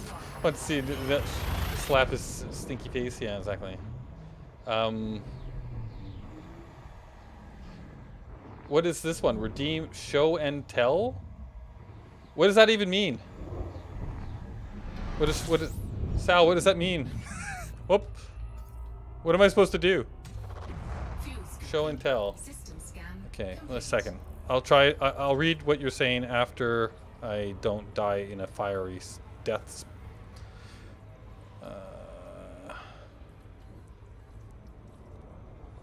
Fuel sync disengaged. Oh, did I? Whoops. Go back. Scanner. So show and tell. Let's pretend we're back in school so I can spend like 1 minute to show and introduce you to an object, be that in-game or on camera. Grab something to talk about it. Show and tell. So you said in-game or on camera. Okay. I will show and tell about an in-game thing that somebody actually asked about. So here we are. I am currently in this location. And if you zoom out, here's the progress that I have made. I'm showing you the progress that I have made. So now I am 17,000 light years. I think we were at 15,000. So we've done 2,000 light years so far, I think. I did a little bit of progress off stream yesterday down in this area. And this is the route we are flying.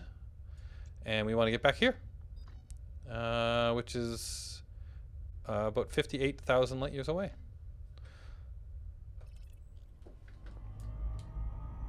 Oh, did I do a thing? Okay, I did a thing. Is that good? Is that a good show and tell or no? Drive charging.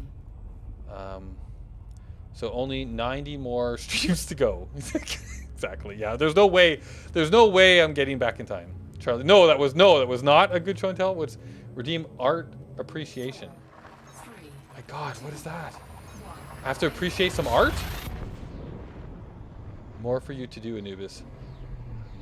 All right, so I have to. The people were not happy with my show and tell art appreciation. It is time to. Okay, wait. Let's not die. Fuel scooping. We have to get better with each one. So I gotta start you off with low expectations for things. You know, I can't go over the top the first time, or else they can't get better and better each time. Art appreciation is time to culturally enrich me and you. I will now audibly consider the nearest piece of art I own. What? The nearest piece of art I own. Oh, gas giant. What's this? Water world. Okay, so we have a water world that we need to find, and then I'll do some art appreciation. Whatever that means. Art appreciation. Something. Okay, here we go. We found the water world. There are 66 bodies in this system. Oh my goodness. Okay, but there was only one water world, so we are going to go fly towards that, wherever it may be. Way out there. Can you imagine how long it would take to scan 66 objects with that telescope thing? Oh my goodness. Art appreciation, you say. All right. Let's start flying towards this. Something nearby. But now you must do it. Colonize the water world, then you own it and can appreciate it. Nice. All right. Art appreciation. Art appreciation.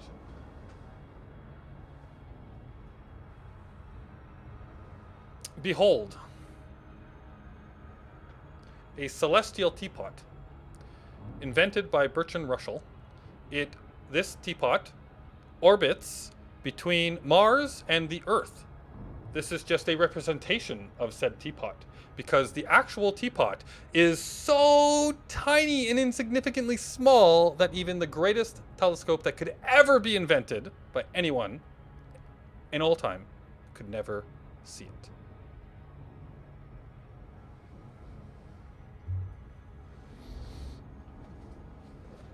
That counts as show and tell as well. What do you guys think of my art appreciation? Tiny with as telescope. I thought you were Canadian, not a Brit. I'm a Canadian, which means that I like coffee and tea. Right? If it was American, it would only be coffee, and if I was British, it would only be tea. I'm a Canadian, so it's coffee and tea. how it works. um,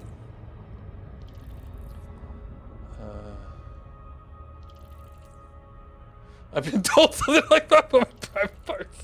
Oh my god. Beautiful. Hey, this is a ringed water world too.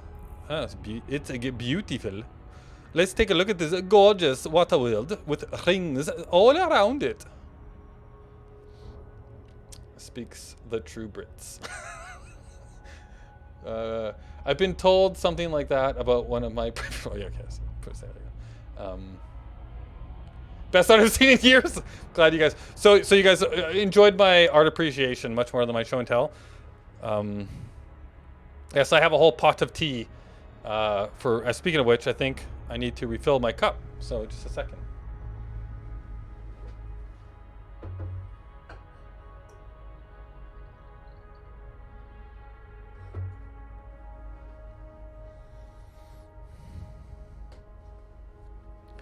There we go.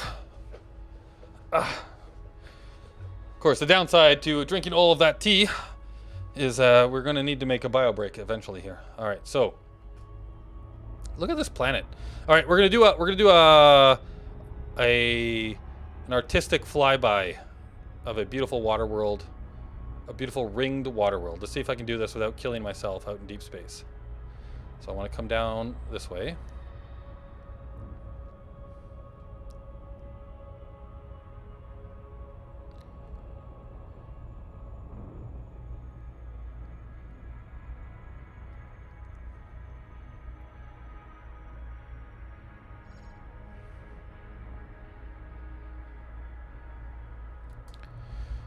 All right, so let's go at about said pace.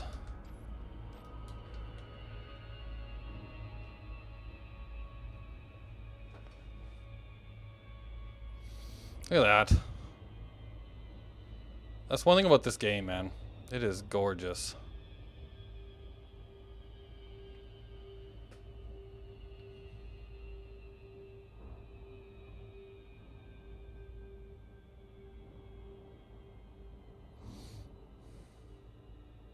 Can the stream just be around art? Around your home? Oh, I don't think I'm going fast enough, but... Jeez, look at this. Man, what I'd give to be able to, like, do this for real. Not that that'll ever happen in my lifetime. Man, it might. Maybe around Saturn, huh? Maybe before I die, I could fly around the rings of Saturn. Maybe humans will have figured it out before I die. Probably not. Jeez.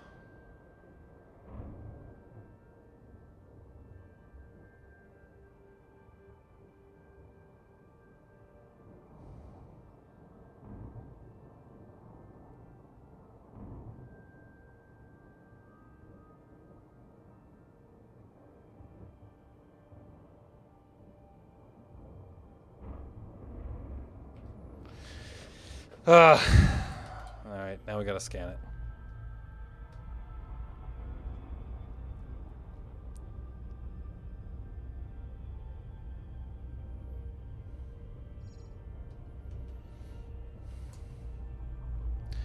All right, let's line it up.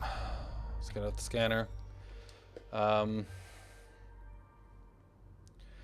think he is lying. There must be coffee in the teapot. Nope, it's tea. I had coffee this morning though. Like I said, I'm Canadian. Normally I have coffee in the morning and tea in the afternoon. Yeah, let's go for a tour of art in your house. 17K light years down the drain. Puts every bit of data collected worth millions, probably. What time are you planning on finishing Anubis? Oh, hey, Boris, welcome. I am probably going to finish up today at about my 5 p.m., 5 or 5:30 p.m. because I've got, I'm playing games online with my dad tonight. So that is an hour, about an hour to an hour and a half ish, give or take 10 minutes from now. So like an hour and 10 to an hour and 40 minutes, depending on how things go. That would be amazing. Unlike, unfortunately, yeah, unless you want to be one ticket. You know what? I would totally be a one-way ticket person. Yep.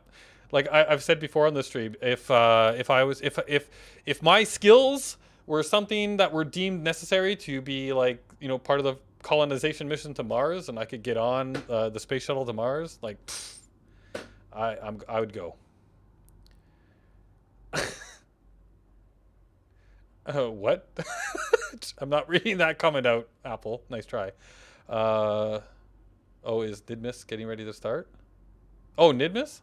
Oh, right. Yeah, I can stop. I can stop early too if you need to. But yeah, I can't do Nidmis tonight because I'm playing games with my dad tonight. That was some nice appreciation though. Sad it's not many chatters. You would? Yes, Gary, I would. I am totally down for being a Martian colonist. Where are we? 9 probes. Oh, do you have to probe the? Oh no. Okay. Is that something you have to do? Do you have to actually probe the rings as well?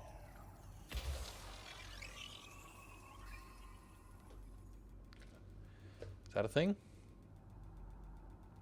That's good. I still think it was in 15 minutes and I'm still naked. Even though it would be horrible living conditions on Mars, probably living in caves and such. Yep, it would be horrible. Well, how is that any different than what we're doing right now? No, I'm kidding. It's way better, obviously, here. But yeah, no, I would be down. I would be down for all of it. Okay, let's go over here. All right, so I got to get over there. Do I have to scan the rings too, is my question. I don't know. It's 9% mapped. So if that's the case, I feel like I need to kind of fly up. Surface scanned by 50%.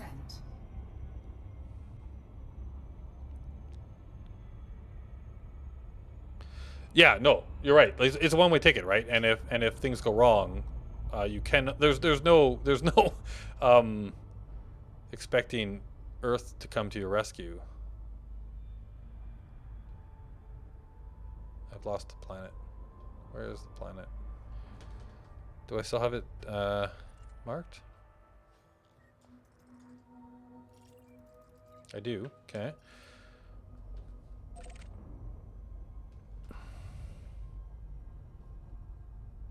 Oh, okay. Here we go. Let's line this up. I haven't done one of these ringed planets before. Okay, so we've done. Let's go back into the scanner. Oops. Scanner mode. Nope, wrong scanner. Scanner mode. Okay. All right. So the other side of this is still fairly. So let's go over here.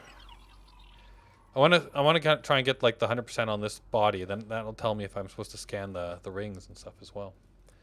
I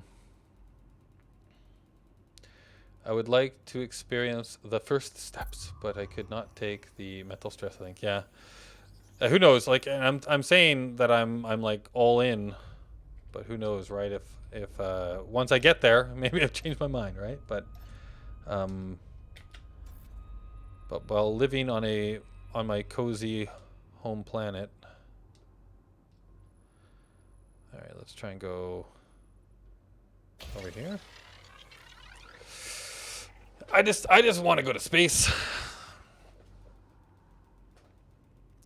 And if my skills could help make a Martian colony succeed, I think that would be worth. I think it'd be worth it. I don't know if it would, but okay. Let me fire one right there.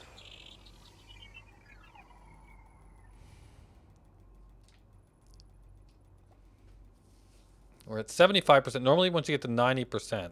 So I'm feeling like you don't need to do the rings as well. It's been 7 probes now.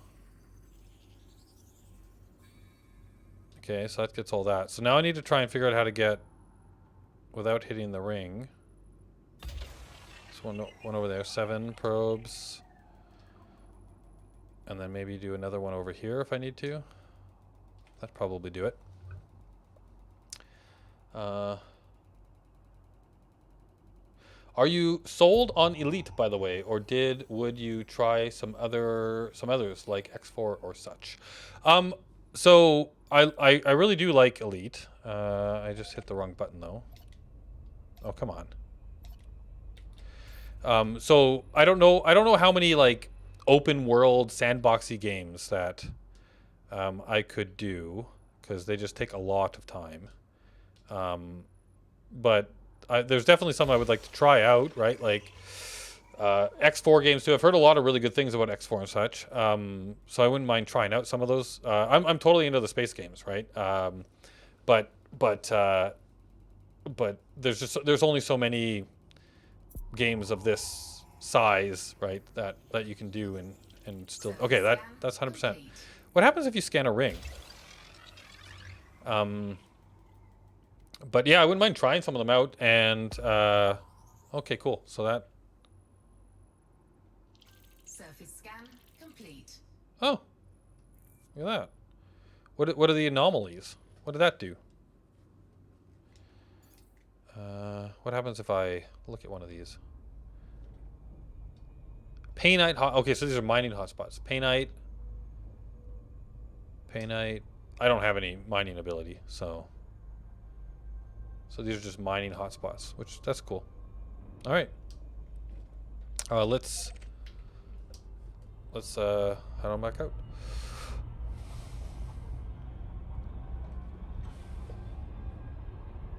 The whole ring of ones. Yep.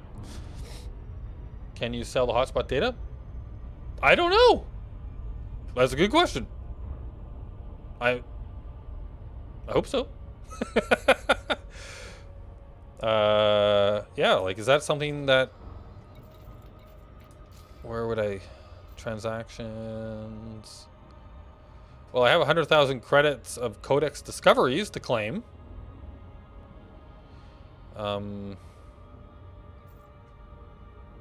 Yeah, I don't know. Not that people would come all the way out here probably for Painite, but... Frameshift drive charging. Polestar, yes! I think we should dedicate an entire stream to that stupid game that I bought by accident. I still never played it, so I have no idea what it's about. Would you have to look back at Pulsar? You know, like actual Pulsar, the Lost Colony or what it was. That game was a lot of fun to play as a group. So I don't know, like that could be something we could look at. I don't know how much has it changed over the years. Maybe that could be a Streamvestor thing that we do if we can get enough people. But whoa. Fuel scooping complete. Oh, darn it. Scanner. I watched the Pulsar campaign on Sal's channel. Liked it a lot. Yeah, it was fun. System scan. You'll never live that down. No, I will never live that down, Apple. And I wouldn't have it any other way. Oh, lock on. There we go. Come on. Come on. Has a lot of similarities with Starship Ship Crew. Yeah, we played a little bit of that too, didn't we? The Starship Ship Crew one. Or no, I played some of that with my friends, my local friends. 4, 3, Or did we play? We played some of that too, didn't we? Can't remember now. Which is fun. Well, but OFC loaded with Star Trek stuffies. Minty Jones! Minty. Just so you know, you have been signed up for becoming a one-man band in the upcoming zombie apocalypse, Minty. That is your job in the zombie apocalypse, is to be the distraction with all of your amazing disengaged. musical talents. Right. Nothing. Frameshift drive charging. Someone deploy the alcohol. Yeah. Quite a lot. It also has VR support as well. Oh, really? Cool.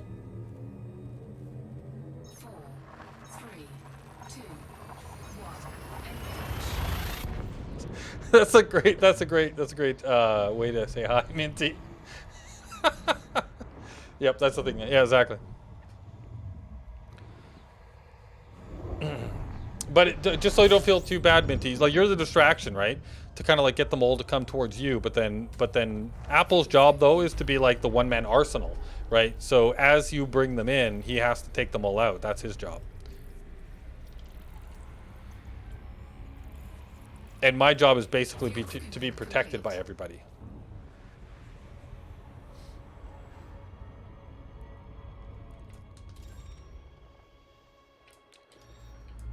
Frameshift drive charging.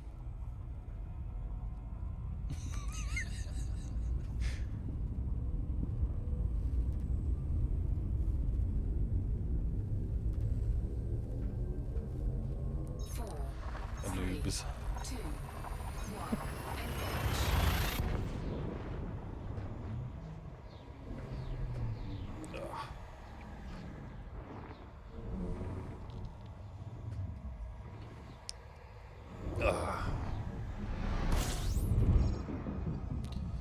All right. System scan complete. Fuel scooping. Gotta say, it's a lot easier to make a trip like this when you're jibber jabbering with people. Fuel scooping complete. I tried doing a little bit of progress on this yesterday when like I couldn't stream because people were coming to my place to deliver things and such. And so it would have been too like in and out constantly. But yeah, like I was trying to make a little bit of progress yesterday. It was a lot harder to like stay on target.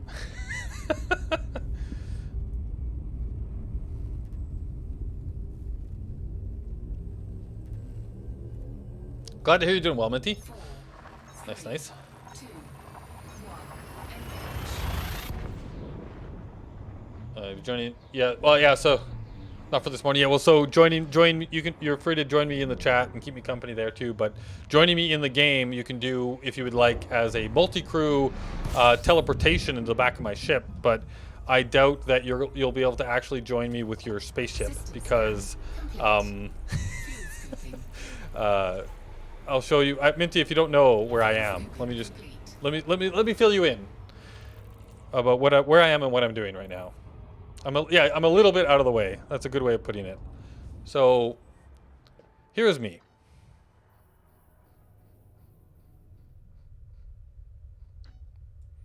Here's the galaxy.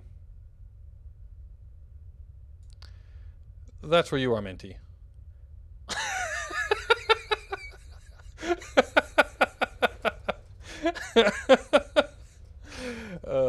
So I'm currently flying home from here, Beagle Point, and I'm trying to make my way down this spiral arm, right? Along this spiral arm, all the way down here, all the way over here, and then over back home.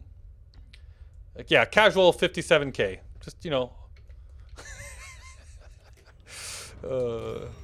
But my goal is to ultimately get home. Like I had like, what was it, like 3 or 4 months ago? I was gonna try and start streaming on a more regular basis again. I'll see you in 5 years. Didn't take me 5 years to get out here, so. But I was trying to get back by New Year's. It's not gonna happen. So I'll be streaming hopefully a little bit every day, or at least the days I can between now and New Year's. But yeah, no, I'm far away. So the ultimate goal, though, like I did want to try and get back by New Year's. I don't think that's going to happen. But I definitely want to be back in the bubble before, what's its face? Odyssey drops.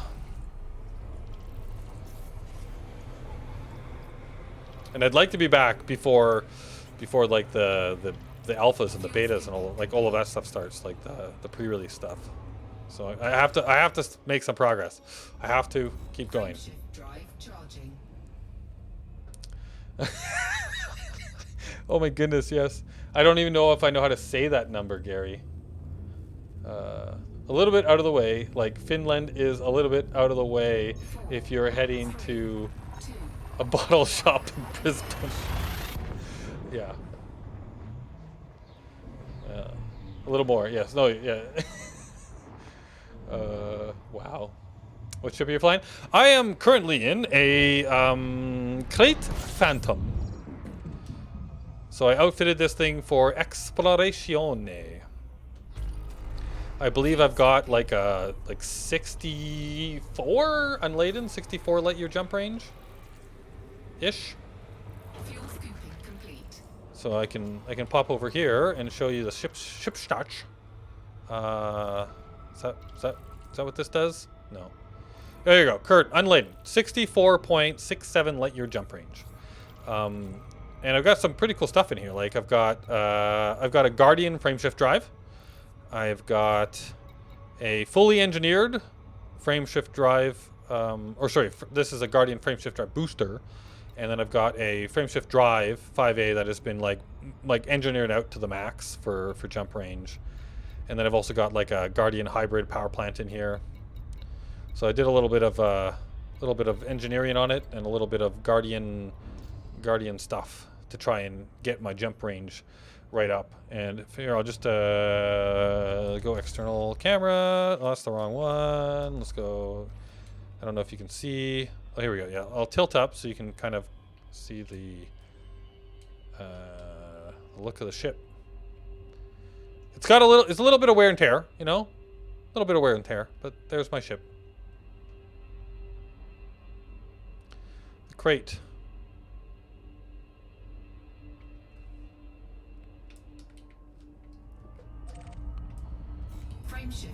The Crate Phantom, not the Crate. There's a Crate Mark II, and that's the Crate Phantom. I'm thinking of getting a Cobra Mark III. Ah, the Cobra Mark III. What a wonderful ship. That is a very good ship. You're still kind of like working your way up in ships and stuff. But yeah, so the Mark III, the Cobra Mark III is a beautiful multi-purpose. It's a great, like as soon as you can get yourself into a Cobra Mark III, I would recommend it. It's a really good ship.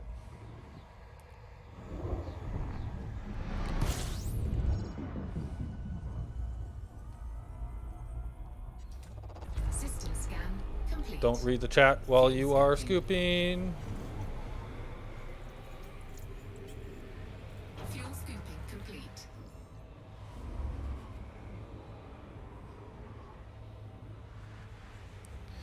Oh, did I scan? I don't know. Yeah, you're working your way up. Yeah. So it's a great multi-purpose ship. You can basically do anything you want in that ship. You could stay in that ship until you can like fully outfit a Python or something like that. Probably just stay in that ship. It's great. Unless you want to try other stuff, because there's a lot of other really fun ships to fly, right? But yeah, that ship is awesome. The Elite designs were always a little odd to me. Not as odd as the new X4, but still not as awesome as Star Citizen ones. Yeah. Star Citizen's one of those games that I keep dipping my toe in, and I don't even know. Like at this point, you probably can't call it a game. It's kind of like a really amazing tech preview. Although it's starting to get some gamey aspects to it, right? Like there's some trading and missions and stuff that you can do now. But that's one I haven't tried Star Citizen in quite a while, like probably a couple of years now. So I should go back and give it another go. Let's take a look at Star Citizen stream one day. Should take another look. What I've really been waiting for is the Star Citizen single player. Was it Squadron 42? That's like, man, I can't wait for Squadron 42. That's what I want. I want Squadron 42. With like, Rocky, no, nothing. Try to trick me. Not falling for it.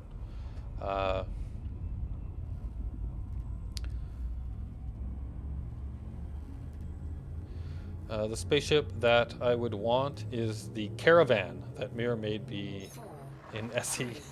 Caravan. Well, I would imagine that like a Caravan. I'm trying to think like what ship in Elite Dangerous would most resemble a Caravan. That might actually be Mirror's favorite too, right? The Type 6, right? The space brick.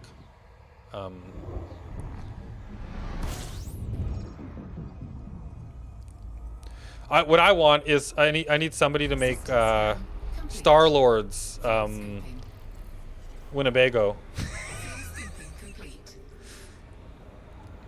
That's what I want. I want Star-Lord's Winnebago. Not Star-Lord. Star-Lord. Is it Star-Lord?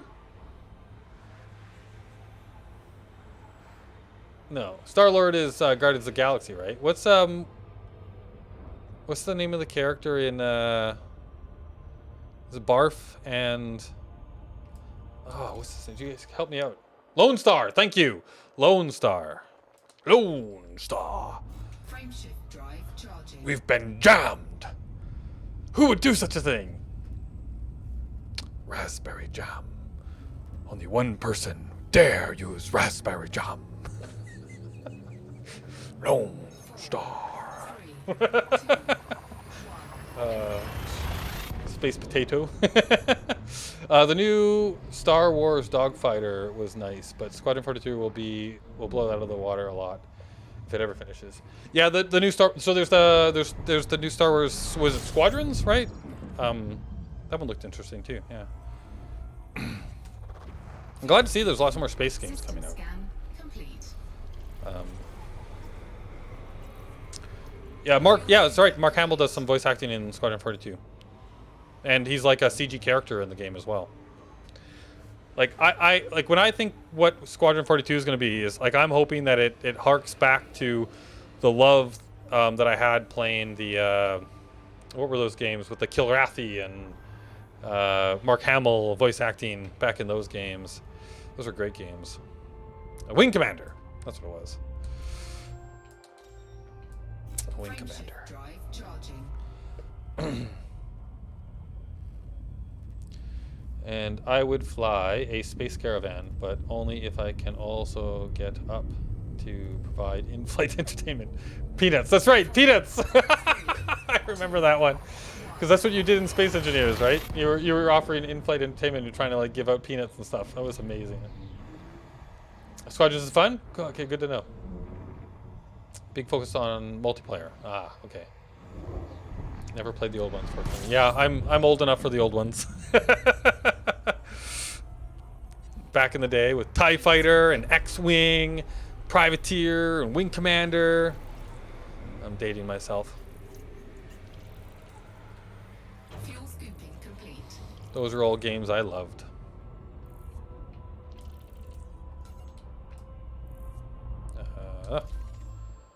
Nada. Frameshift drive charging. Loved Rebel Assault as a kid, yeah.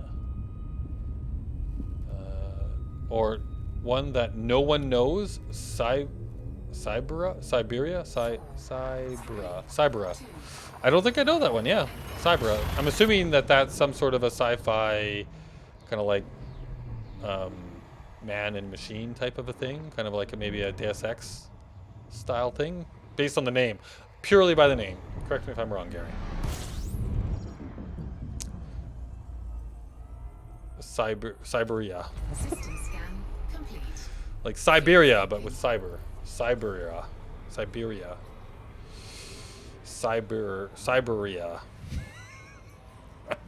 I don't know. Nope, a rail shooter like Rebel Assault. Ah, okay.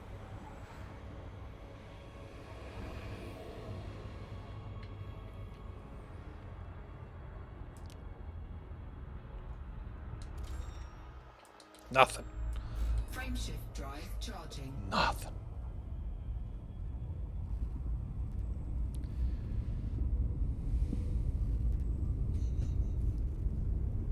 Yes, me insisted on walking around offering peanuts instead of flying the ship, and in spite of netcode decent. Yes. Those all sound like excellent choices to me.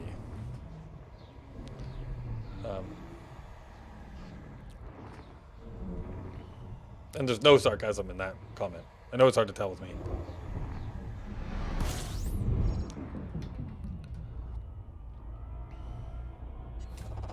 Fuel scooping. But Minty, when I am back in the bubble, we need to wing up, and we need to go do some pew pew together. Complete. If he's still here, I don't know if Minty's still here. We need to do some pew pew.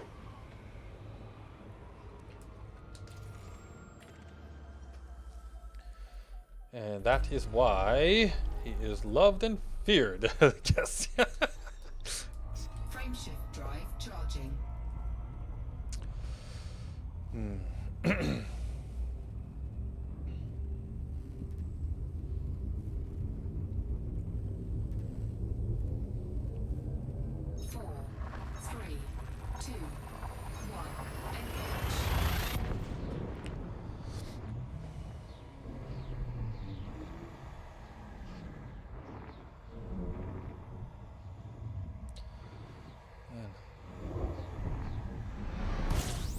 Hyperspace is so interesting. The animation that we get in there. I always look at it trying to think like Fuel scooping. if there's any clues in what you see as to what, like I know that lore wise it's an alternate dimension, but like it does look like there are, like, you see like stars and things, maybe gas nebulae. Throw that. What do we got? What do we got? Nada. Asteroid clusters. I want some stuff over here. Frameshift drive charging. Star Citizen is fun flying through. The only game I managed to set up with my HOTAS. The only game I managed to set up with my HOTAS. Okay, yeah. Yeah, I've got my HOTAS totally configured for Elite Dangerous. I did spend some time setting in my HOTAS up for Star Citizen, but I imagine I'm going to have to review all of that next time I play. Because that's, yeah, I totally played Star Citizen with, well, with my HOTAS when we're flying ships and stuff, obviously, but then mouse and keyboard when I'm running around as a person. Which I guess is something that I'm going to have to probably get used to as well in Elite Dangerous come next year. Because I don't imagine running around on your elite feet will be very good to do with a HOTAS. Speaking of nebulae, Star Citizen has them now too. Really? Huh. That's good to know. Yeah, I definitely have to check out Star Citizen again. Like, I imagine quite a bit has happened since the last time I played. I'll have to definitely check that out. Last patch, 3.12, brought them in with improved mining UI. So what are the, like my understanding of, last time I played Star Citizen, it was like, there's only one solar system, right? And you can faster than light travel between planets and moons and stuff within the same solar system. But I don't think that there was other, like, there's still only one, yeah. So what do the nebulae and stuff do? Is it just like off in the distance? It's like something you can see in the distance? So like a graphical, like a what's the word I'm looking for? Skybox type thing? Fuel scooping complete. Although the wormhole mechanic has been tampered with. Yeah, what is the... So I don't know much about the, like, a lot of the lore of Star Citizen and all that kind of stuff, but... So yeah, like, what is there... Because I know in Elite Dangerous, right, it's, the lore is that we have these faster than light... These frameshift drives, right, which give us faster than light travel within systems. And then we also have the hyperspace drive, which lets you basically jump... Like, it's like a jump drive that lets you jump from one system to another system to the highest mass in that system, and it's kind of like like you're actually flying through an alternate dimension, right? So what's the lore for Star Citizen? Is it like they use wormholes? That's how, like, you travel from system to system through wormholes? Does your ship like generate a wormhole and then you fly through it? Is that what's going on, or do you know? Or is it going to be more like there's a permanent wormhole in each system and you have to, like, you know, line up and go through the wormhole? There's a fixed wormhole. Okay, so it would be like probably like managed and all that kind of stuff. And it's quite a ride. Okay, well, that sounds interesting. They showed it once at a convention, more of a system that they're making. There is a wormhole map already, by the way. Oh, yeah, definitely sounds like there's a lot for me to catch up on there. Watch some of their streams, or like some of, you know, some recaps or whatever on kind of like what they've presented so far.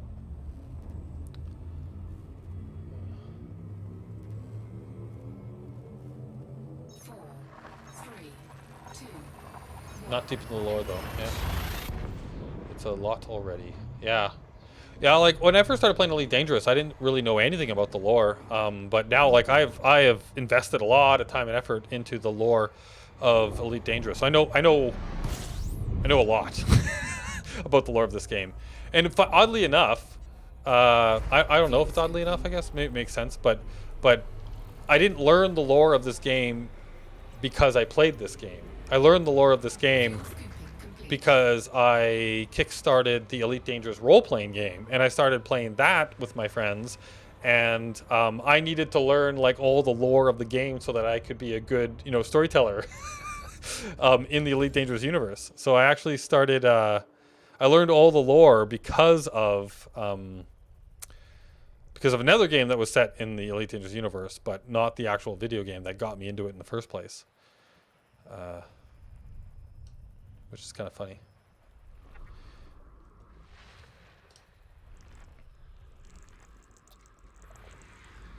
What a world. What a world. Floating out there in the middle of nowhere, in the black. I will come and say hi. You are my new best friend for the moment, until I find another one.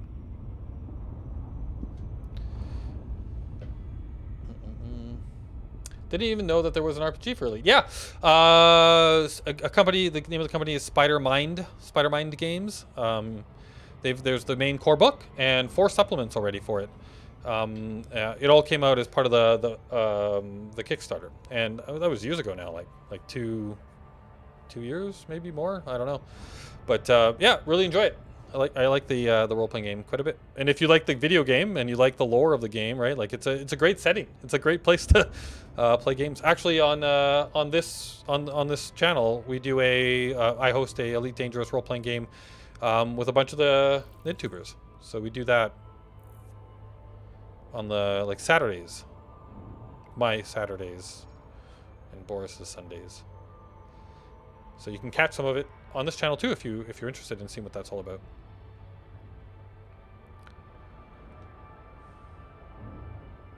No comments whatsoever. Did I miss one of your comments, Charlie? If I did, I apologize. You can repost. You learned it just so Wiki Doodle D could exist. Yes, that's right, Boris. I solely learned how to play the Elite Dangerous role-playing game. If you guys don't know, Wanky Doodle D is one of the characters in our role-playing game, played by the one and only Apple. Yes, it's beautiful. Surface scanner. All right, how many probes do I get? 6. So 1 in the middle. We'll do 1. And then we'll do boom, and then we'll do boom, and then we'll do boom. So that's 4. Boom. It's 4, 5, 6. I might have done that wrong. We'll see. Surface scan. Sorry for taking over the chat. Oh, no worries. I'm sure. Yeah, Charlie, if you re-comment, I will, or maybe I can try and scroll back. I managed that in Arma 3, so it'll be fine. Surface scan complete. I'm not sure what that was in reference to anymore. So, surface scan is complete. Oh no! I just shot another missile probe. My bad. I think it still counts. And that's it. Oh, I got another. Might as well look. What are you? Are you You are a terraforming candidate. We will go there, and we will probe you as well. Because might as well. Terraforming candidates are worth it. Yeah, hello, that's me. That's right. Wanky Doodle D.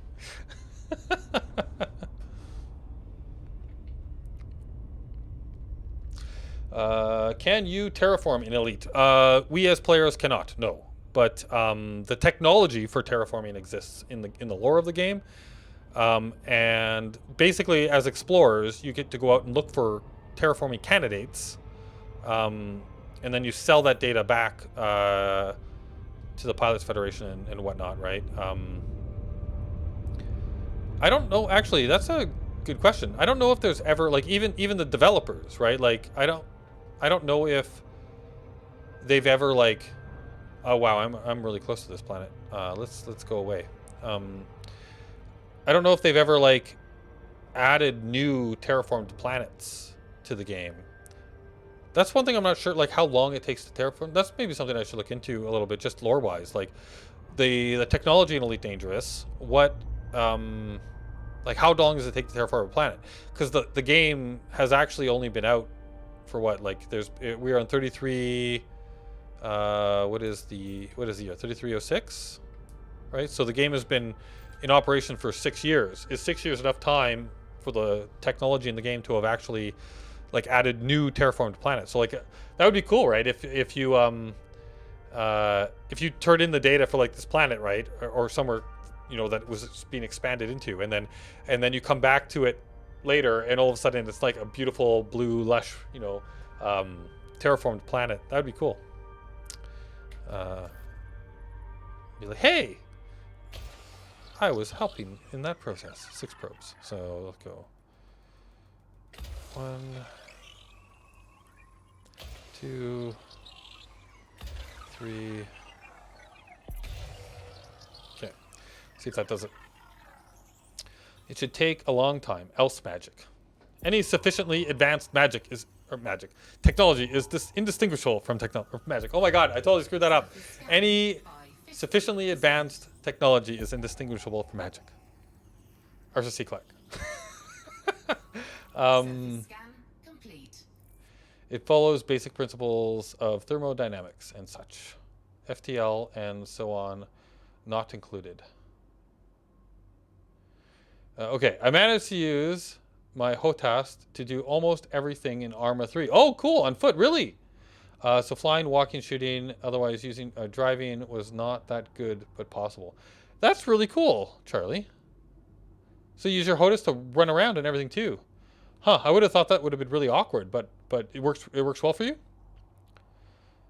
Seems to be a pain though. Yeah, I don't know. Yeah, does it work? Was it just a pain to set up? But once you set it up, it was like it was fine to use, or was it like not so great in the long run?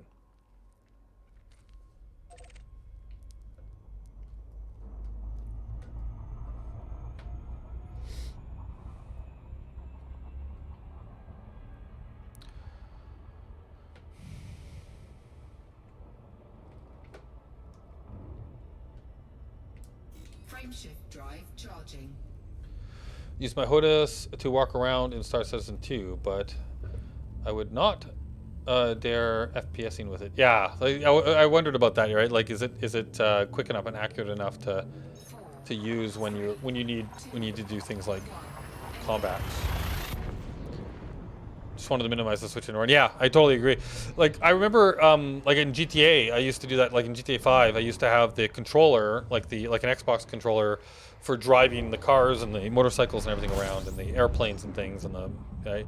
But then I would use a mouse and keyboard for running around, all that kind of stuff. And I always had to have them like close at hand so I could quickly flip flop between the two of them. And that, slightly annoying, but you got used to it. So I imagine the same. You know, like with Star Citizen, that's kind of what I do as well. Is I use mouse and keyboard for running around, but then I use the HOTAS for flying spaceships and stuff. So that was what I was expecting to do with Elite Dangerous, but I don't know. Maybe it's worth giving it a try.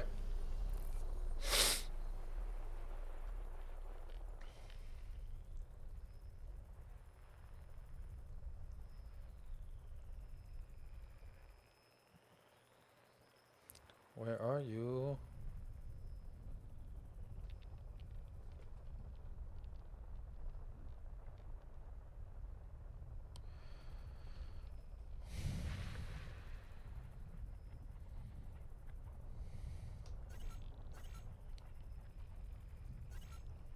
Where is...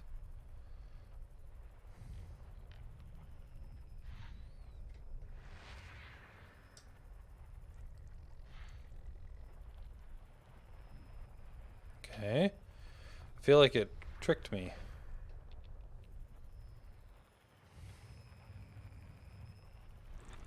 Yes, it did. Well, I tricked myself, I guess. Oh, that's not what I wanted to do. Close that. Open up this. Where is the... Oh. This place has already been mapped and scanned. Okay, so... My bad. I somehow randomed into a previously discovered area.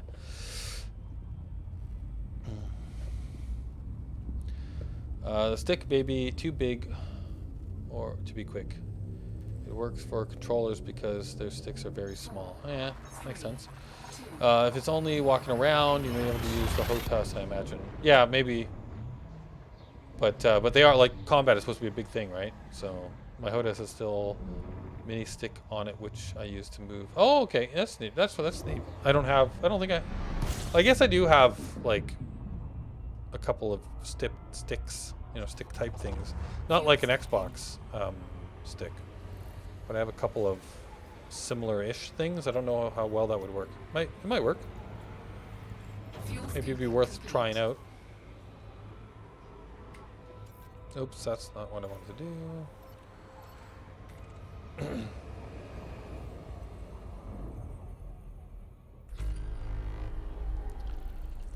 Is a lemon tart crumb? Boris Preversham is a lemon tart crumb? Okay. Thanks, Apple. I did not know that. I have been informed. Frameshift drive charging. Pain to set up correctly, otherwise almost like controller. But yeah, mostly to swap vehicles, but also did some fighting. Yeah, see, like, I have a hard time. I've never been able to train myself to use the controller in, like, for first-person shooting games and stuff like that as well. Like, I was always super horrible. I played all of the Mass Effect games, like 1, 2, and 3 on an Xbox and using the controller and stuff, and I had a hard time. And because of that, I ended up always going like adept, right? Like the magic user, basically, of the game, because I didn't need to be that accurate with that character type. As soon as I moved to PC and started using keyboard and mouse, I could actually aim. Like, I still wasn't great. I'm still not great at first-person shooter games, but I could actually aim at something and hit it. So I don't know. I think it would take a lot of, like, one, it's a lot of work just to set up the control, like the HOTAS to do it, right? But then it'd be a lot of just training myself to like get better at it. I just had a hard time with that.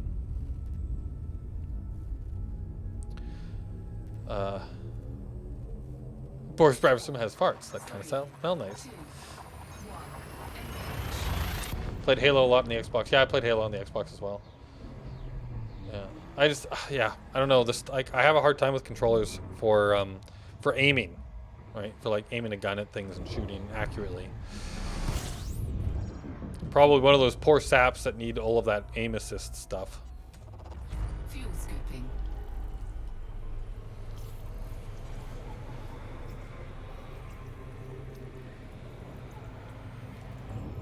Fuel scooping complete. Yeah, you too?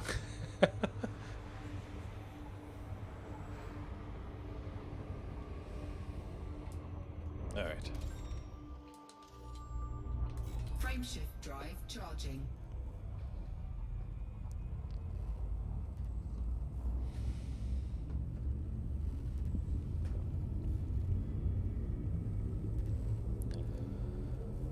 We've had a few places. 3. Found quite a few water worlds, actually. I think I found one Earth-like so far on the way back. Found one Earth-like, and I think we've found at least 7 or so water worlds so far that were undiscovered. Fuel scooping. Don't count the ones that somebody else already found.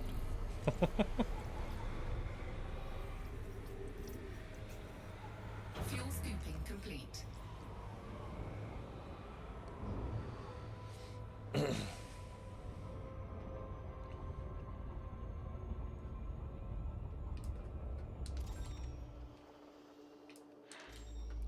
But no anomalies. Drive charging.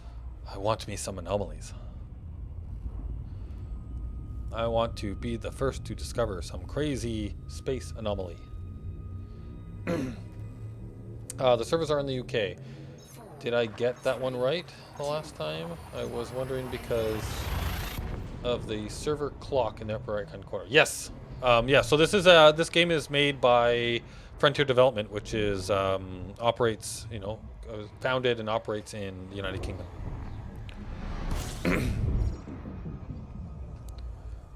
By was it Braben? Fuel scooping. I'm blanking on his first name now. But David Braben is the founder of Frontier.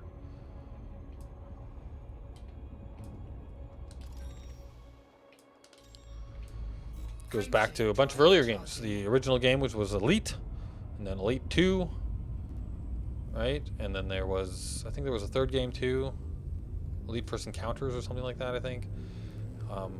And then like a 20-year lull or something like that, and then Elite Dangerous, or 10-year lull or something. I can't remember, but yeah, didn't know those existed before this title. Yeah, yeah. The company, the game, you know, the universe, the game goes all the way back to I think the 80s. I didn't play any of those early games either. I didn't know about them. I first learned about Elite through Elite Dangerous in this game. But I've learned, like I said, I've learned a lot about the lore. Not only the lore of the game, but the lore of, you know, like the human side of the game. Like our universe side of the game as well. Have a Thrustmaster 16. I know quite a few people that actually use the Thrustmaster. It's got pretty good reviews. With throttle and pedals. Nice. Yeah, I actually do have I have a set of pedals that I bought. I don't use them anymore because they were making too much noise, and they were being picked up by my mic in the streams. Like people, every time I was like turning and stuff, you could hear clunk clunk clunk. So I stopped using them because of that. But I did like them. Actually, I got used to them pretty good. But my joystick actually has the 3 different. I can do all 3 directions with my joystick. I'm using the X52 Pro.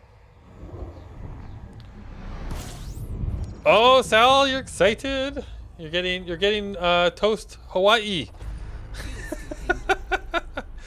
He has succumbed to the pressure, has he? I haven't had one of those in forever.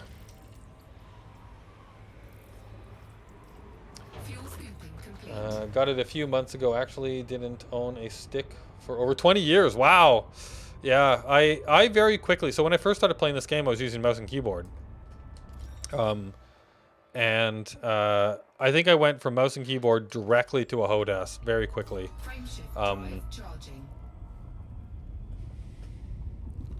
So I skipped using a controller even, right? Like an Xbox controller or a PS2 controller or whatever, or a PS controller. I skipped all. I went from like mouse and keyboard to, oh my god, mouse and keyboard is crazy to try and fly in this game. What should I be using? And I think I did like some YouTube searches or something, right? And people talking about HOTASes, and I didn't even know what a HOTAS was before this game. Yeah, and I think the first HOTAS that I bought was not the X52. It was what was the first HOTAS I bought? Something else. Can't remember what it was now, but I don't think it was Thrustmaster. I don't think that existed when I first started playing the game. I got something that was a lot cheaper. Oh, it was the Logitech. There was a Logitech. It was just a controller. It wasn't a full HOTAS. So it was a controller. So I had that for a little while, and so it was like just the joystick. And then I used instead of the actual like throttle side, I just used the keyboard with my left hand, right?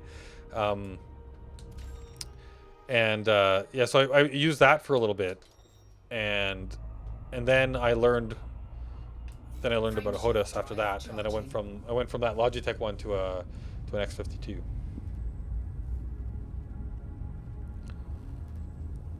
It was too much money for me, but since I enjoyed Ace Combat 7 and have some other games to use it now, I thought it would be worth it worthwhile. Yes, yeah, exactly. Like once you start, like when it's just one game, it's hard to justify it, right? When you start playing more games that use them, and it's like, hey, now it's worth it. Now it might be worth it. Toast Hawaii is forevermore traditional Christmas Eve food. Nice. I'm sure Mir loves that. You've done it once, so now it's a tradition? Is that how that works? Fuel scooping complete.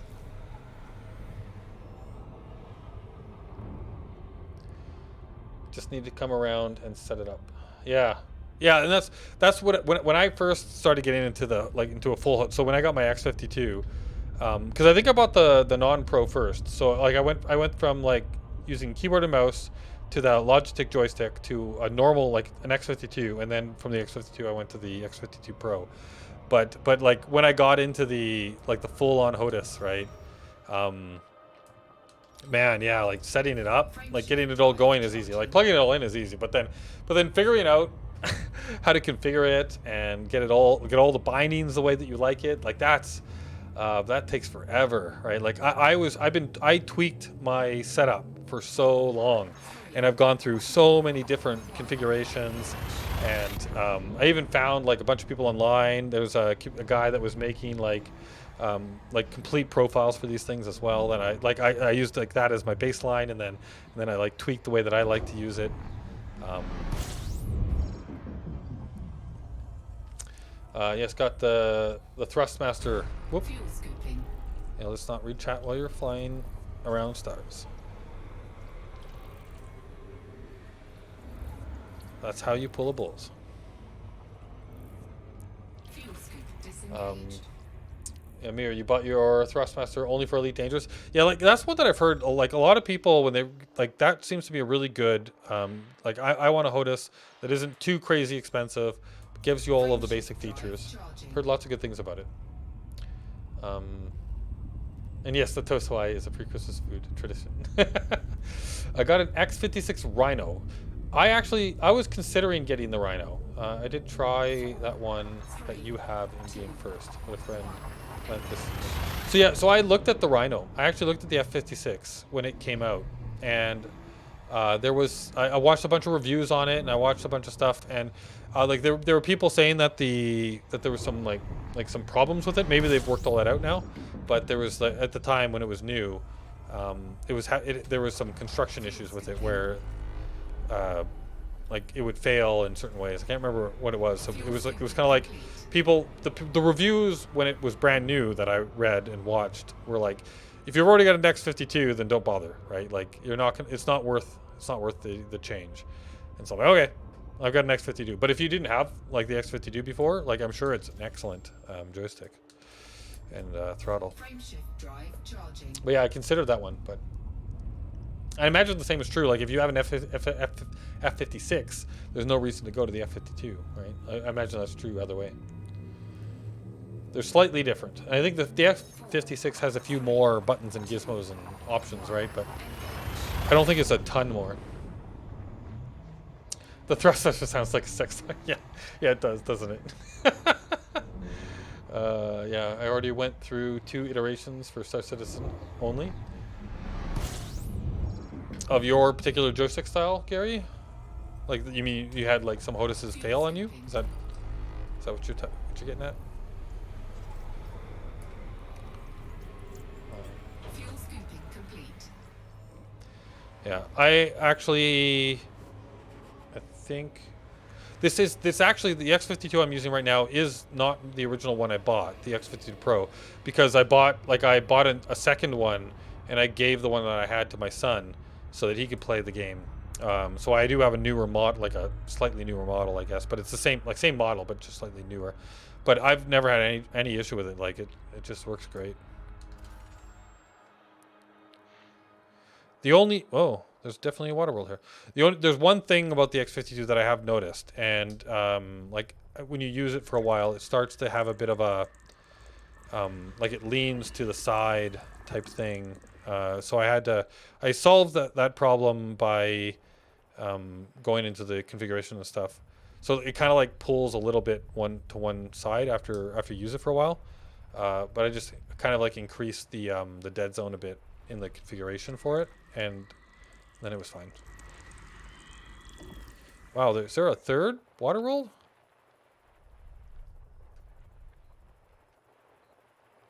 The one that I was actually really considering looking into. Oh, and it is. It's behind the star. Of course it is. There was the Warthog. I think it is the.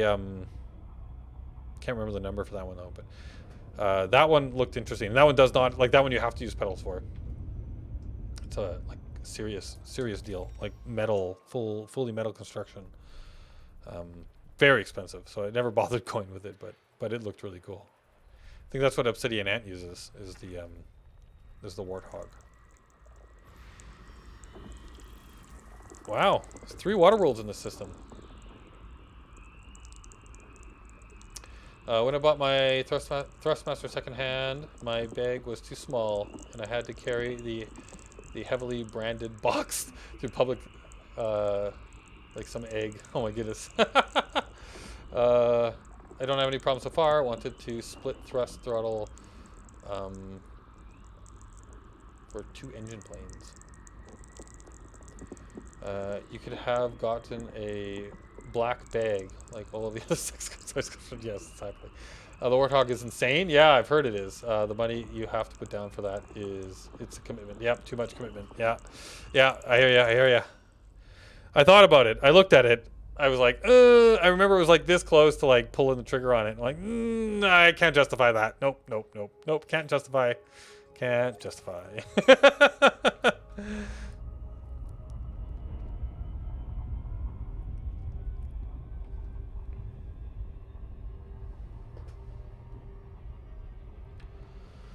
Mm.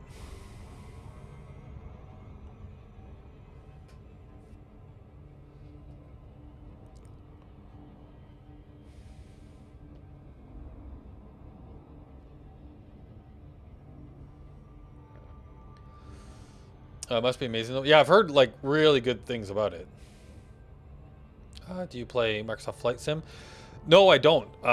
But that would be one of those games where I imagine something like that would be really, really awesome. I think Apple plays Flight Sim.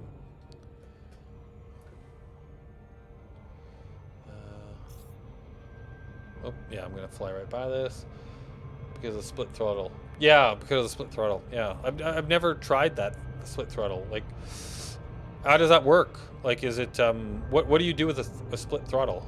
How, like, why is that helpful?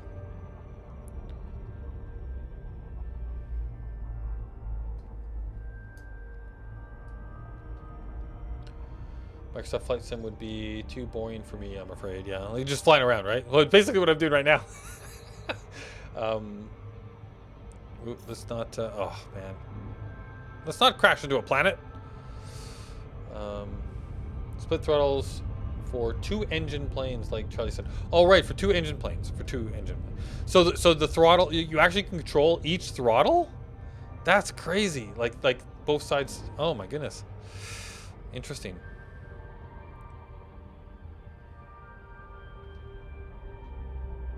Yeah, we're already playing a flight sim with less trees. Yes, exactly. Oh wow, I'm pretty close. All right, so let me surf scan. This doesn't look like a water world. What? So one.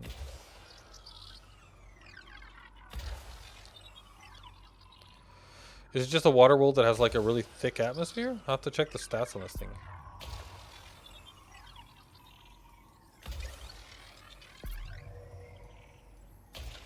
Oh, darn it. I think that was a miss. Okay, there we go. Surface scanned by 50%. What was the stats on this?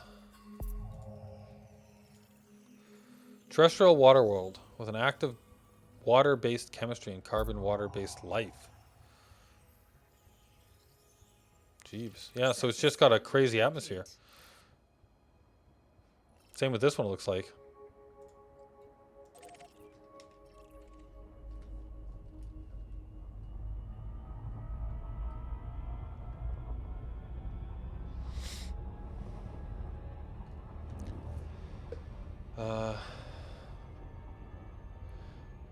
I did try. I got it for.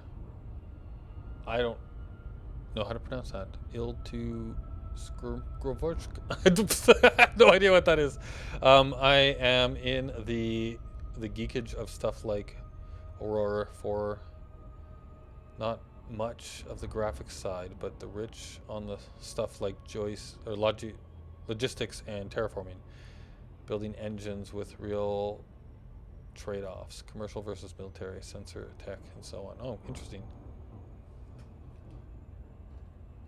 That does sound interesting. Just found a second-hand Logitech X52 for $50. I'm going to grab it. Yes. Is it just a Logitech? Like, is it an X52 or X52 Pro? But still, I started on the X52 as well, and I loved it. I upgraded to the Pro later on because I think it had more switches and gizmos.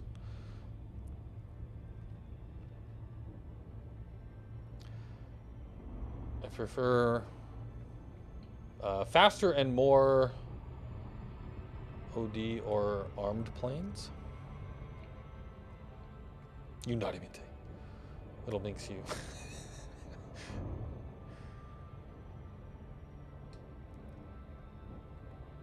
Then what? Microsoft Flight Simulators. Yeah, okay. Oh, did I just fly right past that? No. Okay, no. It's right there. I swear something just flew past me. Did something just fly past me? Did I almost just run into a planet?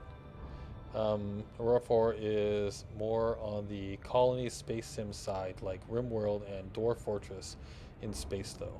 Oh, okay. I like those games, too.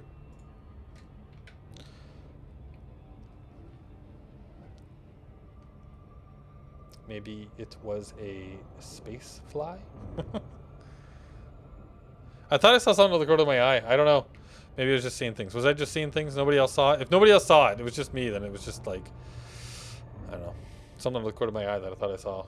Panic mode for a minute.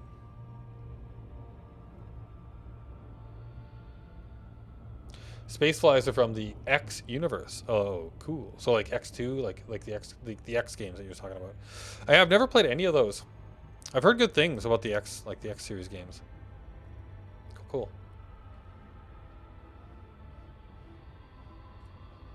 And I haven't played RimWorld in a long time. I did used to really enjoy playing that game. Crazy antics that all those colonists got up to.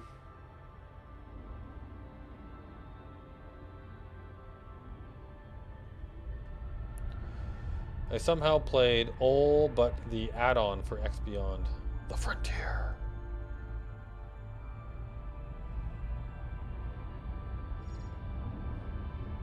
Alright. Let us scan some surfaces. I have 7 probes for this one, so it's a slightly bigger planet. So we'll do the 4, the cross, like the, yeah, 4-pointed cross here, and then we'll do the back over on this side, back over this side. Take a look at Aurora 4X. The sharp is for the C sharp version. It is free for all and complicated fun. All right, I'll take a look. 100%. Surface scan complete. 100%.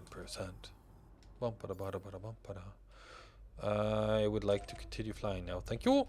Or wait, there was still another one, right? Yeah, we didn't scan this one yet. Man, 3 water worlds in this system. Actually, I'm curious. If I go back into the... How many bodies are in the system? 4 out of 9? We should actually just finish the scan. And then we'll see if there's any other terraformable worlds here as well. Because then we'll get the bonus for scanning the whole system.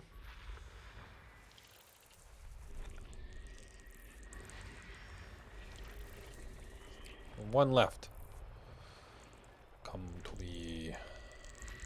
System scan complete. Alright, so let us now take a look at the system map. So here's all of the stuff. So we've scanned this one. We scanned this one. This one is a terraforming candidate. Alright, so this one is... So this one here. How far away is this one from us right now?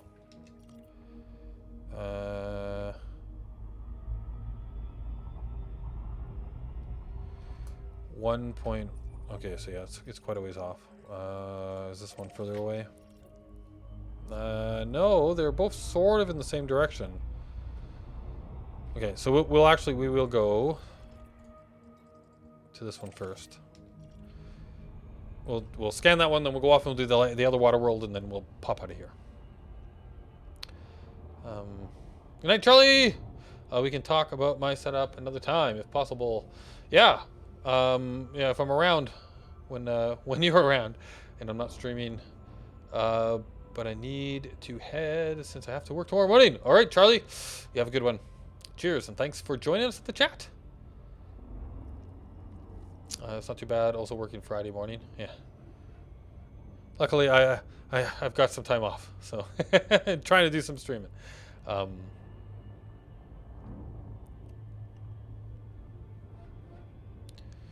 Flying through the empty void can have this effect. I'm afraid, Sal.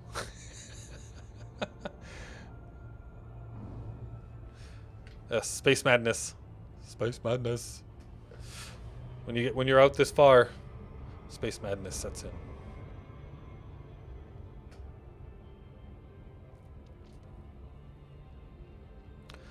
All alone, 10 to the power of 15 kilometers from home, with just a thrustmaster for company, can do strange things to a guy. Yes, I imagine so. Well put, Sal.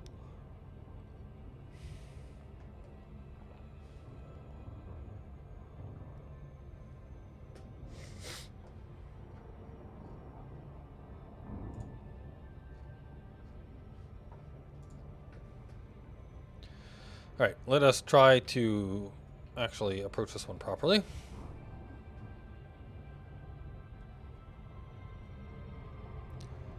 I don't know if you guys can hear that, but it sounds like there's somebody in the apartment above me that is moving furniture around. There's like all of this scratchy noise going on, dragging noises.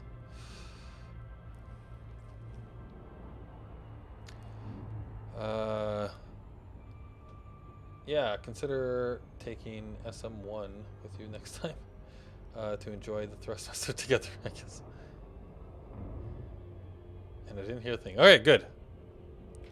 I'm hearing it kind of around me, but I do have a directional mic, so it should be not too bad. I hope.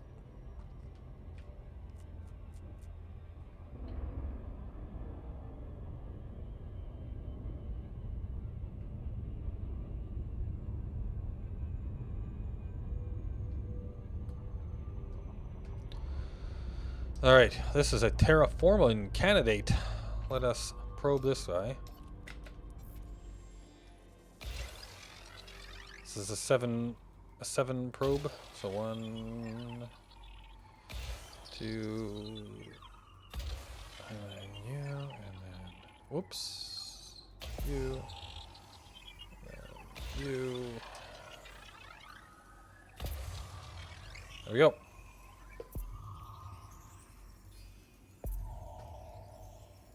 Surface scanned by 50%.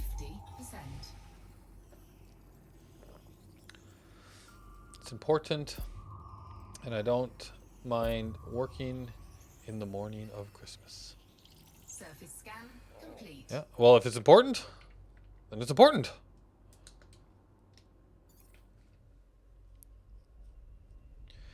All right, I think there's one more planet to go to, right? Which was this water world over here.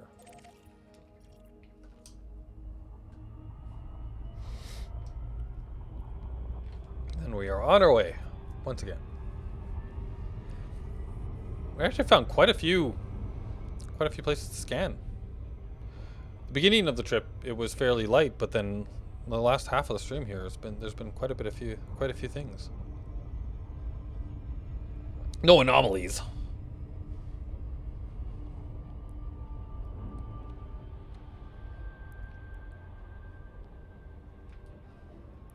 That's all I want. An anomaly. How about games where you actually terraform? Thinking of Surviving Mars or the new Per Aspera. I've actually played Surviving Mars. I quite enjoyed that game. That game was a lot of fun. I never got that far in it. But yeah, I really enjoyed it. That was a cool game. I don't know about Per Aspera though. I'll have to take a look. Food is great. Be back later. Yeah, no worries.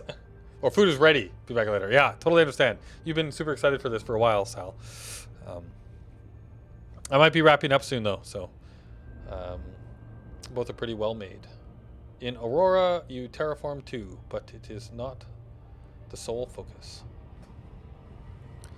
Yeah, I might be wrapping up here pretty soon. I need to leave myself enough time to actually make dinner and eat it before my gaming session with my dad and my brothers tonight.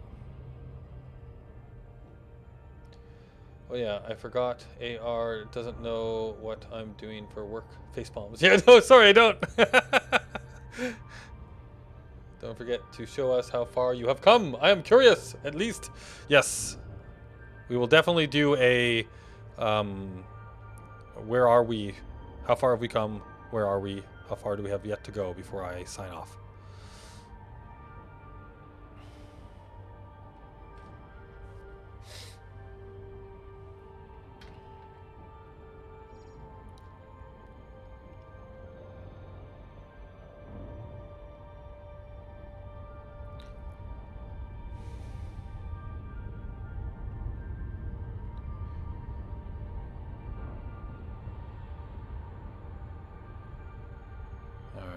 Whoop. Slow down. Stop. Surf scanner. All right. 7 probes. So 1 in the middle. 1. 2. 3. 4. You. And you. I work for a hospital. Oh my goodness. Hats off to you, good sir.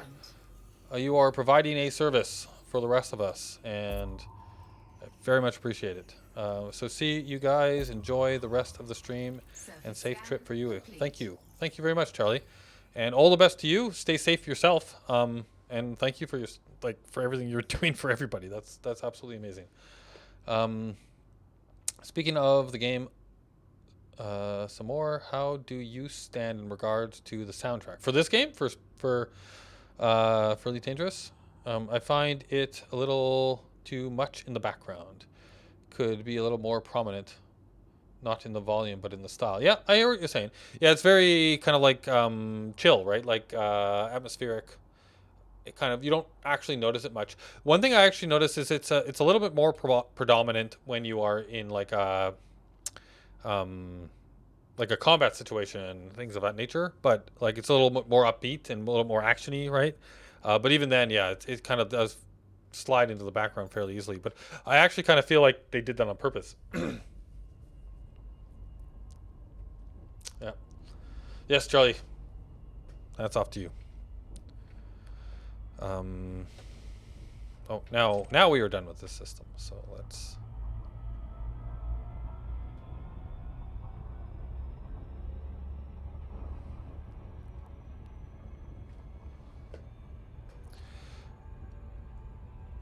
I definitely see your point, Gary, on the music. Yeah, but it could come up in explorational. Yeah, for sure. Yeah, like the one thing about this game that, like the sound effects, like the music department or the sound department for this game is just phenomenal. Like when you just listening to the ships, like when a new ship comes out, I'll spend time just like, okay, I gotta get into the ship, and then I'll just like want to listen to it, like okay, what does it sound like when you do the thrusters? What does it sound like when you yeah, it's just like they just the sound design in this game is phenomenal. But yeah, I hear what you're saying on the music side of things. Like it's very, I think they did it on purpose, like very, and I could be wrong, but like out of the way, kind of like in the background, doesn't really like try and get in your face, right? Whereas other games, like that is a selling point, right? Yeah, XCOM. I really dislike that about Phoenix Point, the reimagination of the old XCOM games from the old devs. So you just like that? Like, is the music much more in your face in that game? I haven't actually played Phoenix. I did look at Phoenix Point a little bit, but I haven't actually tried it. But are you saying that? It is very, very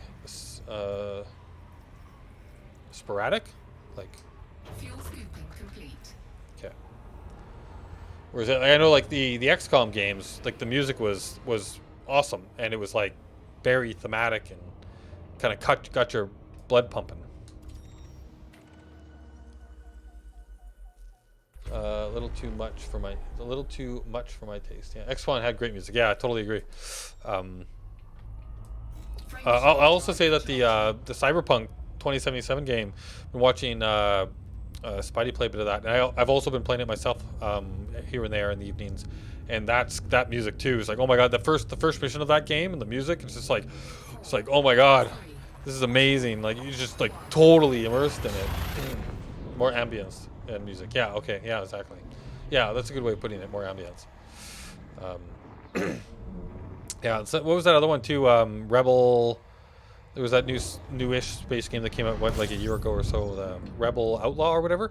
That's another one that's like the music was just great, right? It was just like you're just like, oh yeah, let's go. Fuel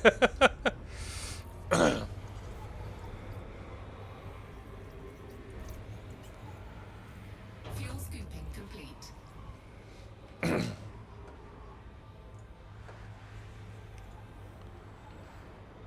Yeah, Cyberpunk does it well, although since I do not own it yet, I have to convince my girlfriend not to play on stream so I can play some more.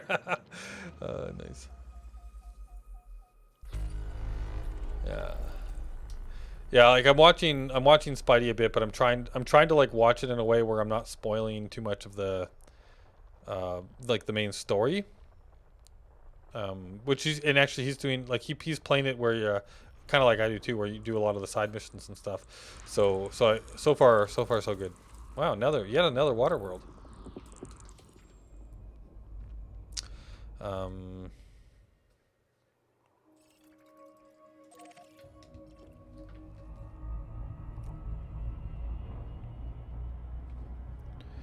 Doing really good with water worlds.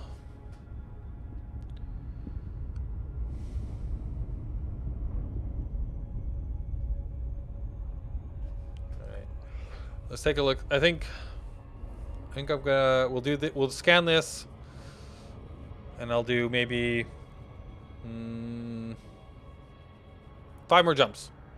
And I'm gonna call it.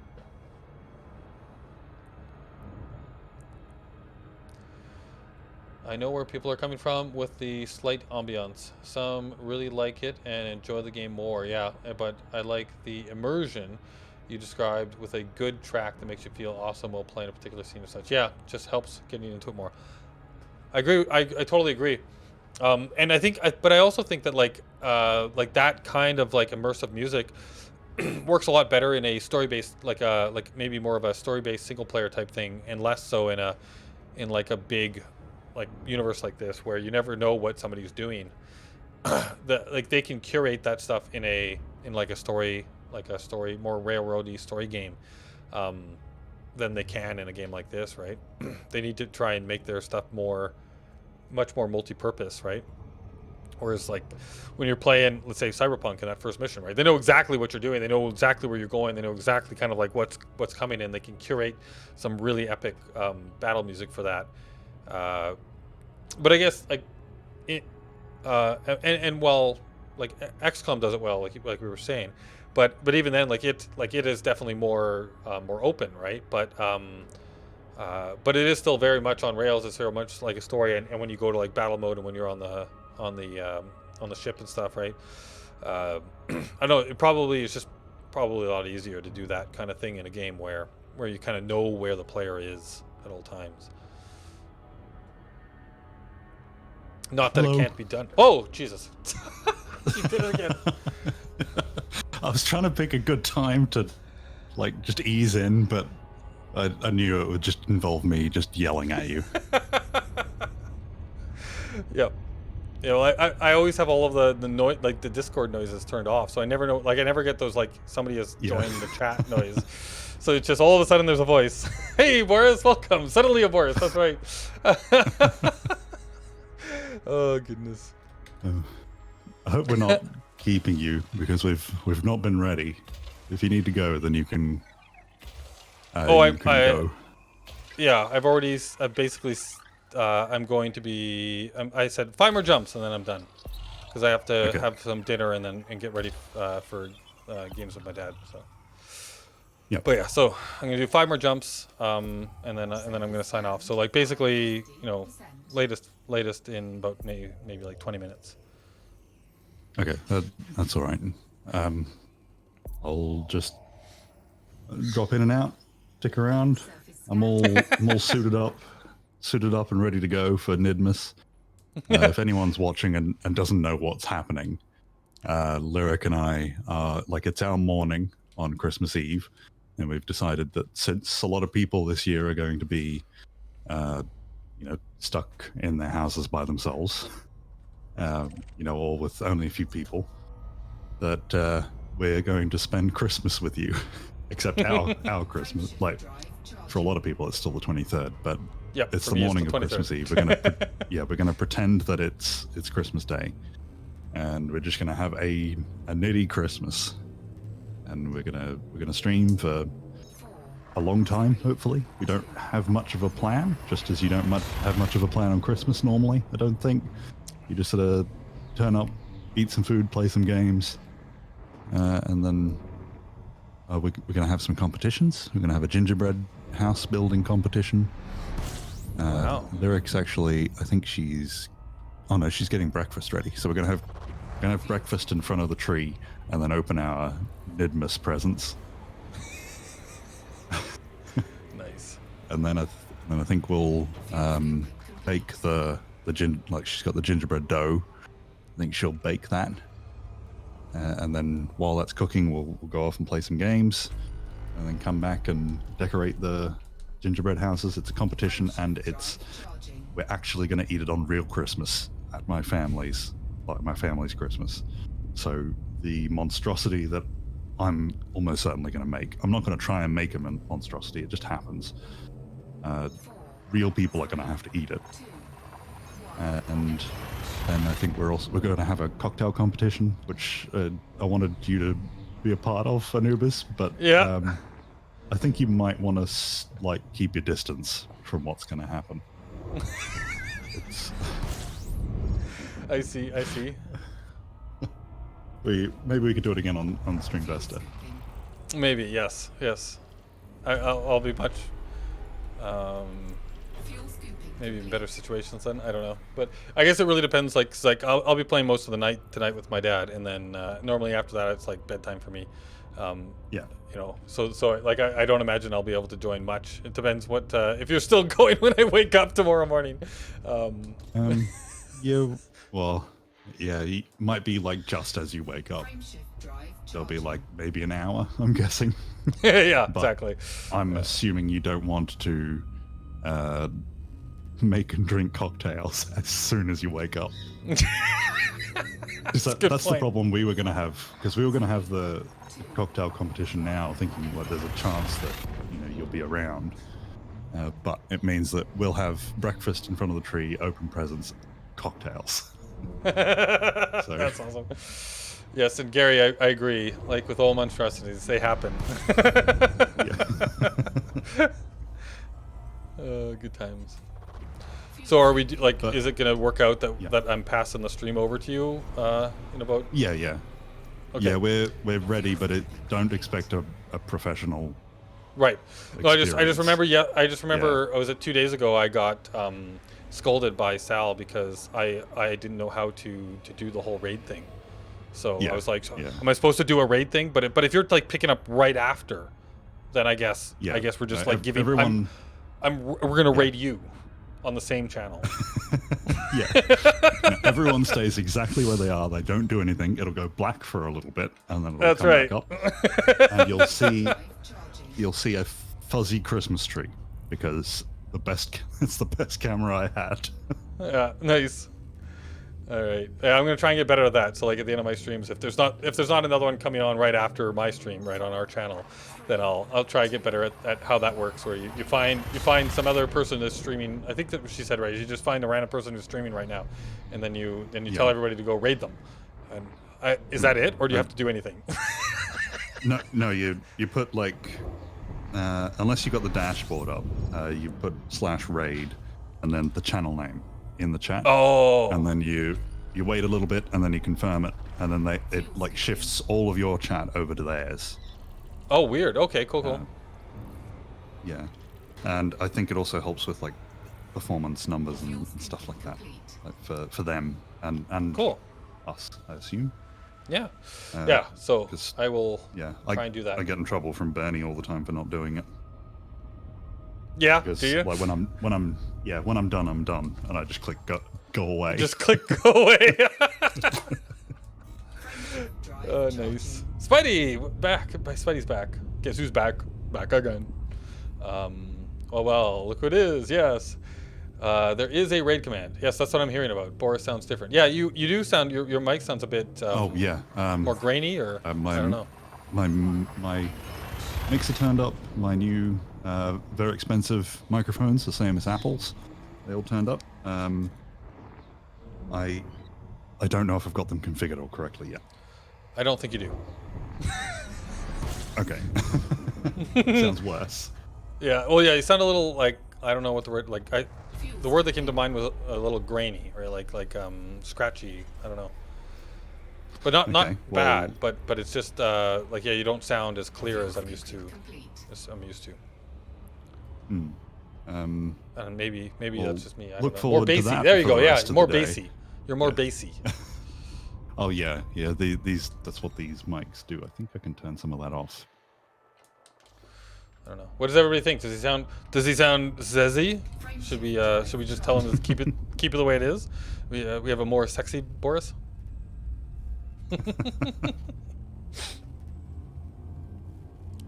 Oops. How many jumps are you through? I think I'm on my. I think we're at like 1 or 2 left. Okay, might have to. We've got lav mics. Wow. All Oh, fancy and Spidey. professional. Hi, Spidey. Hello, former audio technician Spider-Man here. Hey, It sounds that's good like to know, you're, Spidey. You're a little bassier than normal. So if you can bump your treble and your mids a little bit, that might help. Yeah, I think that we're probably going to be. It is. It'll be easy to diagnose when I'm streaming and we're not going through Discord yeah, as well. true. Yeah. Yeah, good point. So yeah, I'm really excited about this, Boris. So you now have the gear that Apple has, and you're going to go through all of the configuration and figuring out how it all works, and then I'll get mine, and you Yeah. can teach me.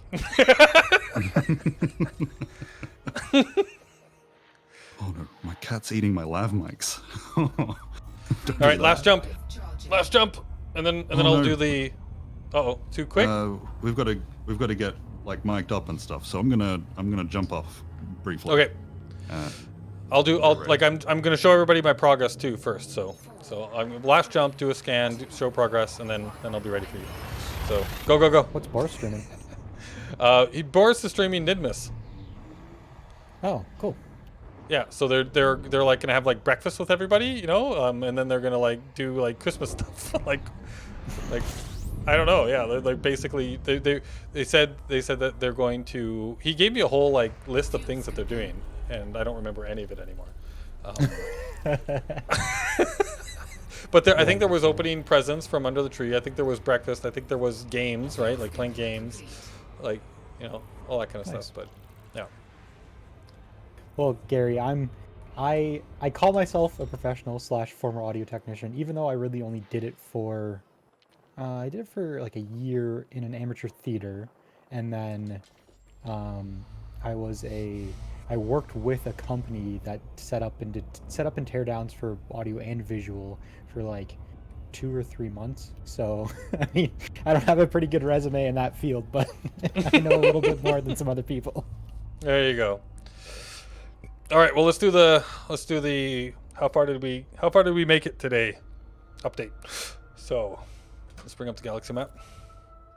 Oh, and I've completely forgot. I also am an award winner for sound design. So I mean, the award I won was most galactic sounds, but you know, whatever. Nice. Still an award. Damn it.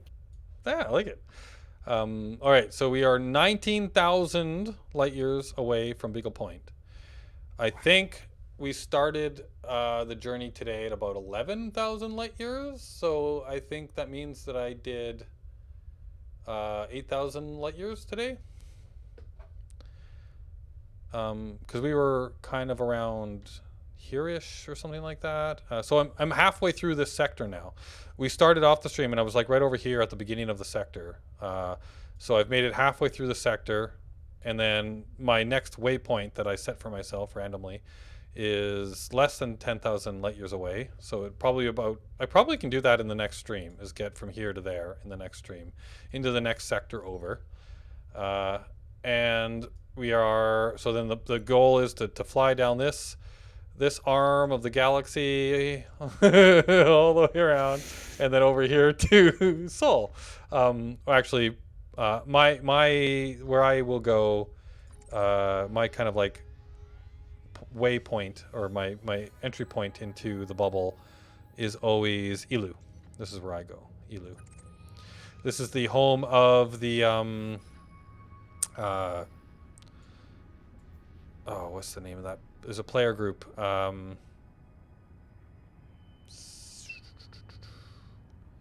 Anyways, it's an exploration player group. I can't remember the name of it now. Anyhow, they're based out of here. And the nice thing about Elu too is it's right on the edge of the bubble. So like if I go to where is it here? Power play. Show the power play map. Where do I show the power play map? There it is. You'll see it's like right on the edge of the bubble. So you don't have to worry too much about running into like pirates and things, because you're like come right in at it from the outskirts, and then you land. Nice. So you don't lose any of your data. Whoa, and then yeah, exactly. You don't use any of your data, but that's so there we go. That's the progress. Only about 27 streams to go. Oh yeah, we didn't do the total distance left. So, and now remember that this total distance is actually longer than, so the number we're about to see is actually a lot smaller number than actually I need to travel, because because like here I am, and if I just hold here, I am, oh come on, show me the distance. What's going on? I need to turn the power play map back off. That's probably what's going on. So if I hover over to this, yeah, so I'm 56,980 light years away from Elu. If I was to travel in a direct straight line from where I am over to Elu, right? But that's not what I'm doing. Instead of going this way, I'm doing this. So it's probably, E equals MC squared. I'm taking the long way around. So yeah, but and technically I guess I'm still kind of like very much on the other side of the galaxy. If I line it up with Sol, I still basically, so this is like the big center, like the mass of stars in the middle, right? So if I line it up with Sol, I still cross that. So I think that I'll feel like I've made some progress when I'm far enough down this arm that when I line it up with Sol, I'm no longer going through the center of the galaxy.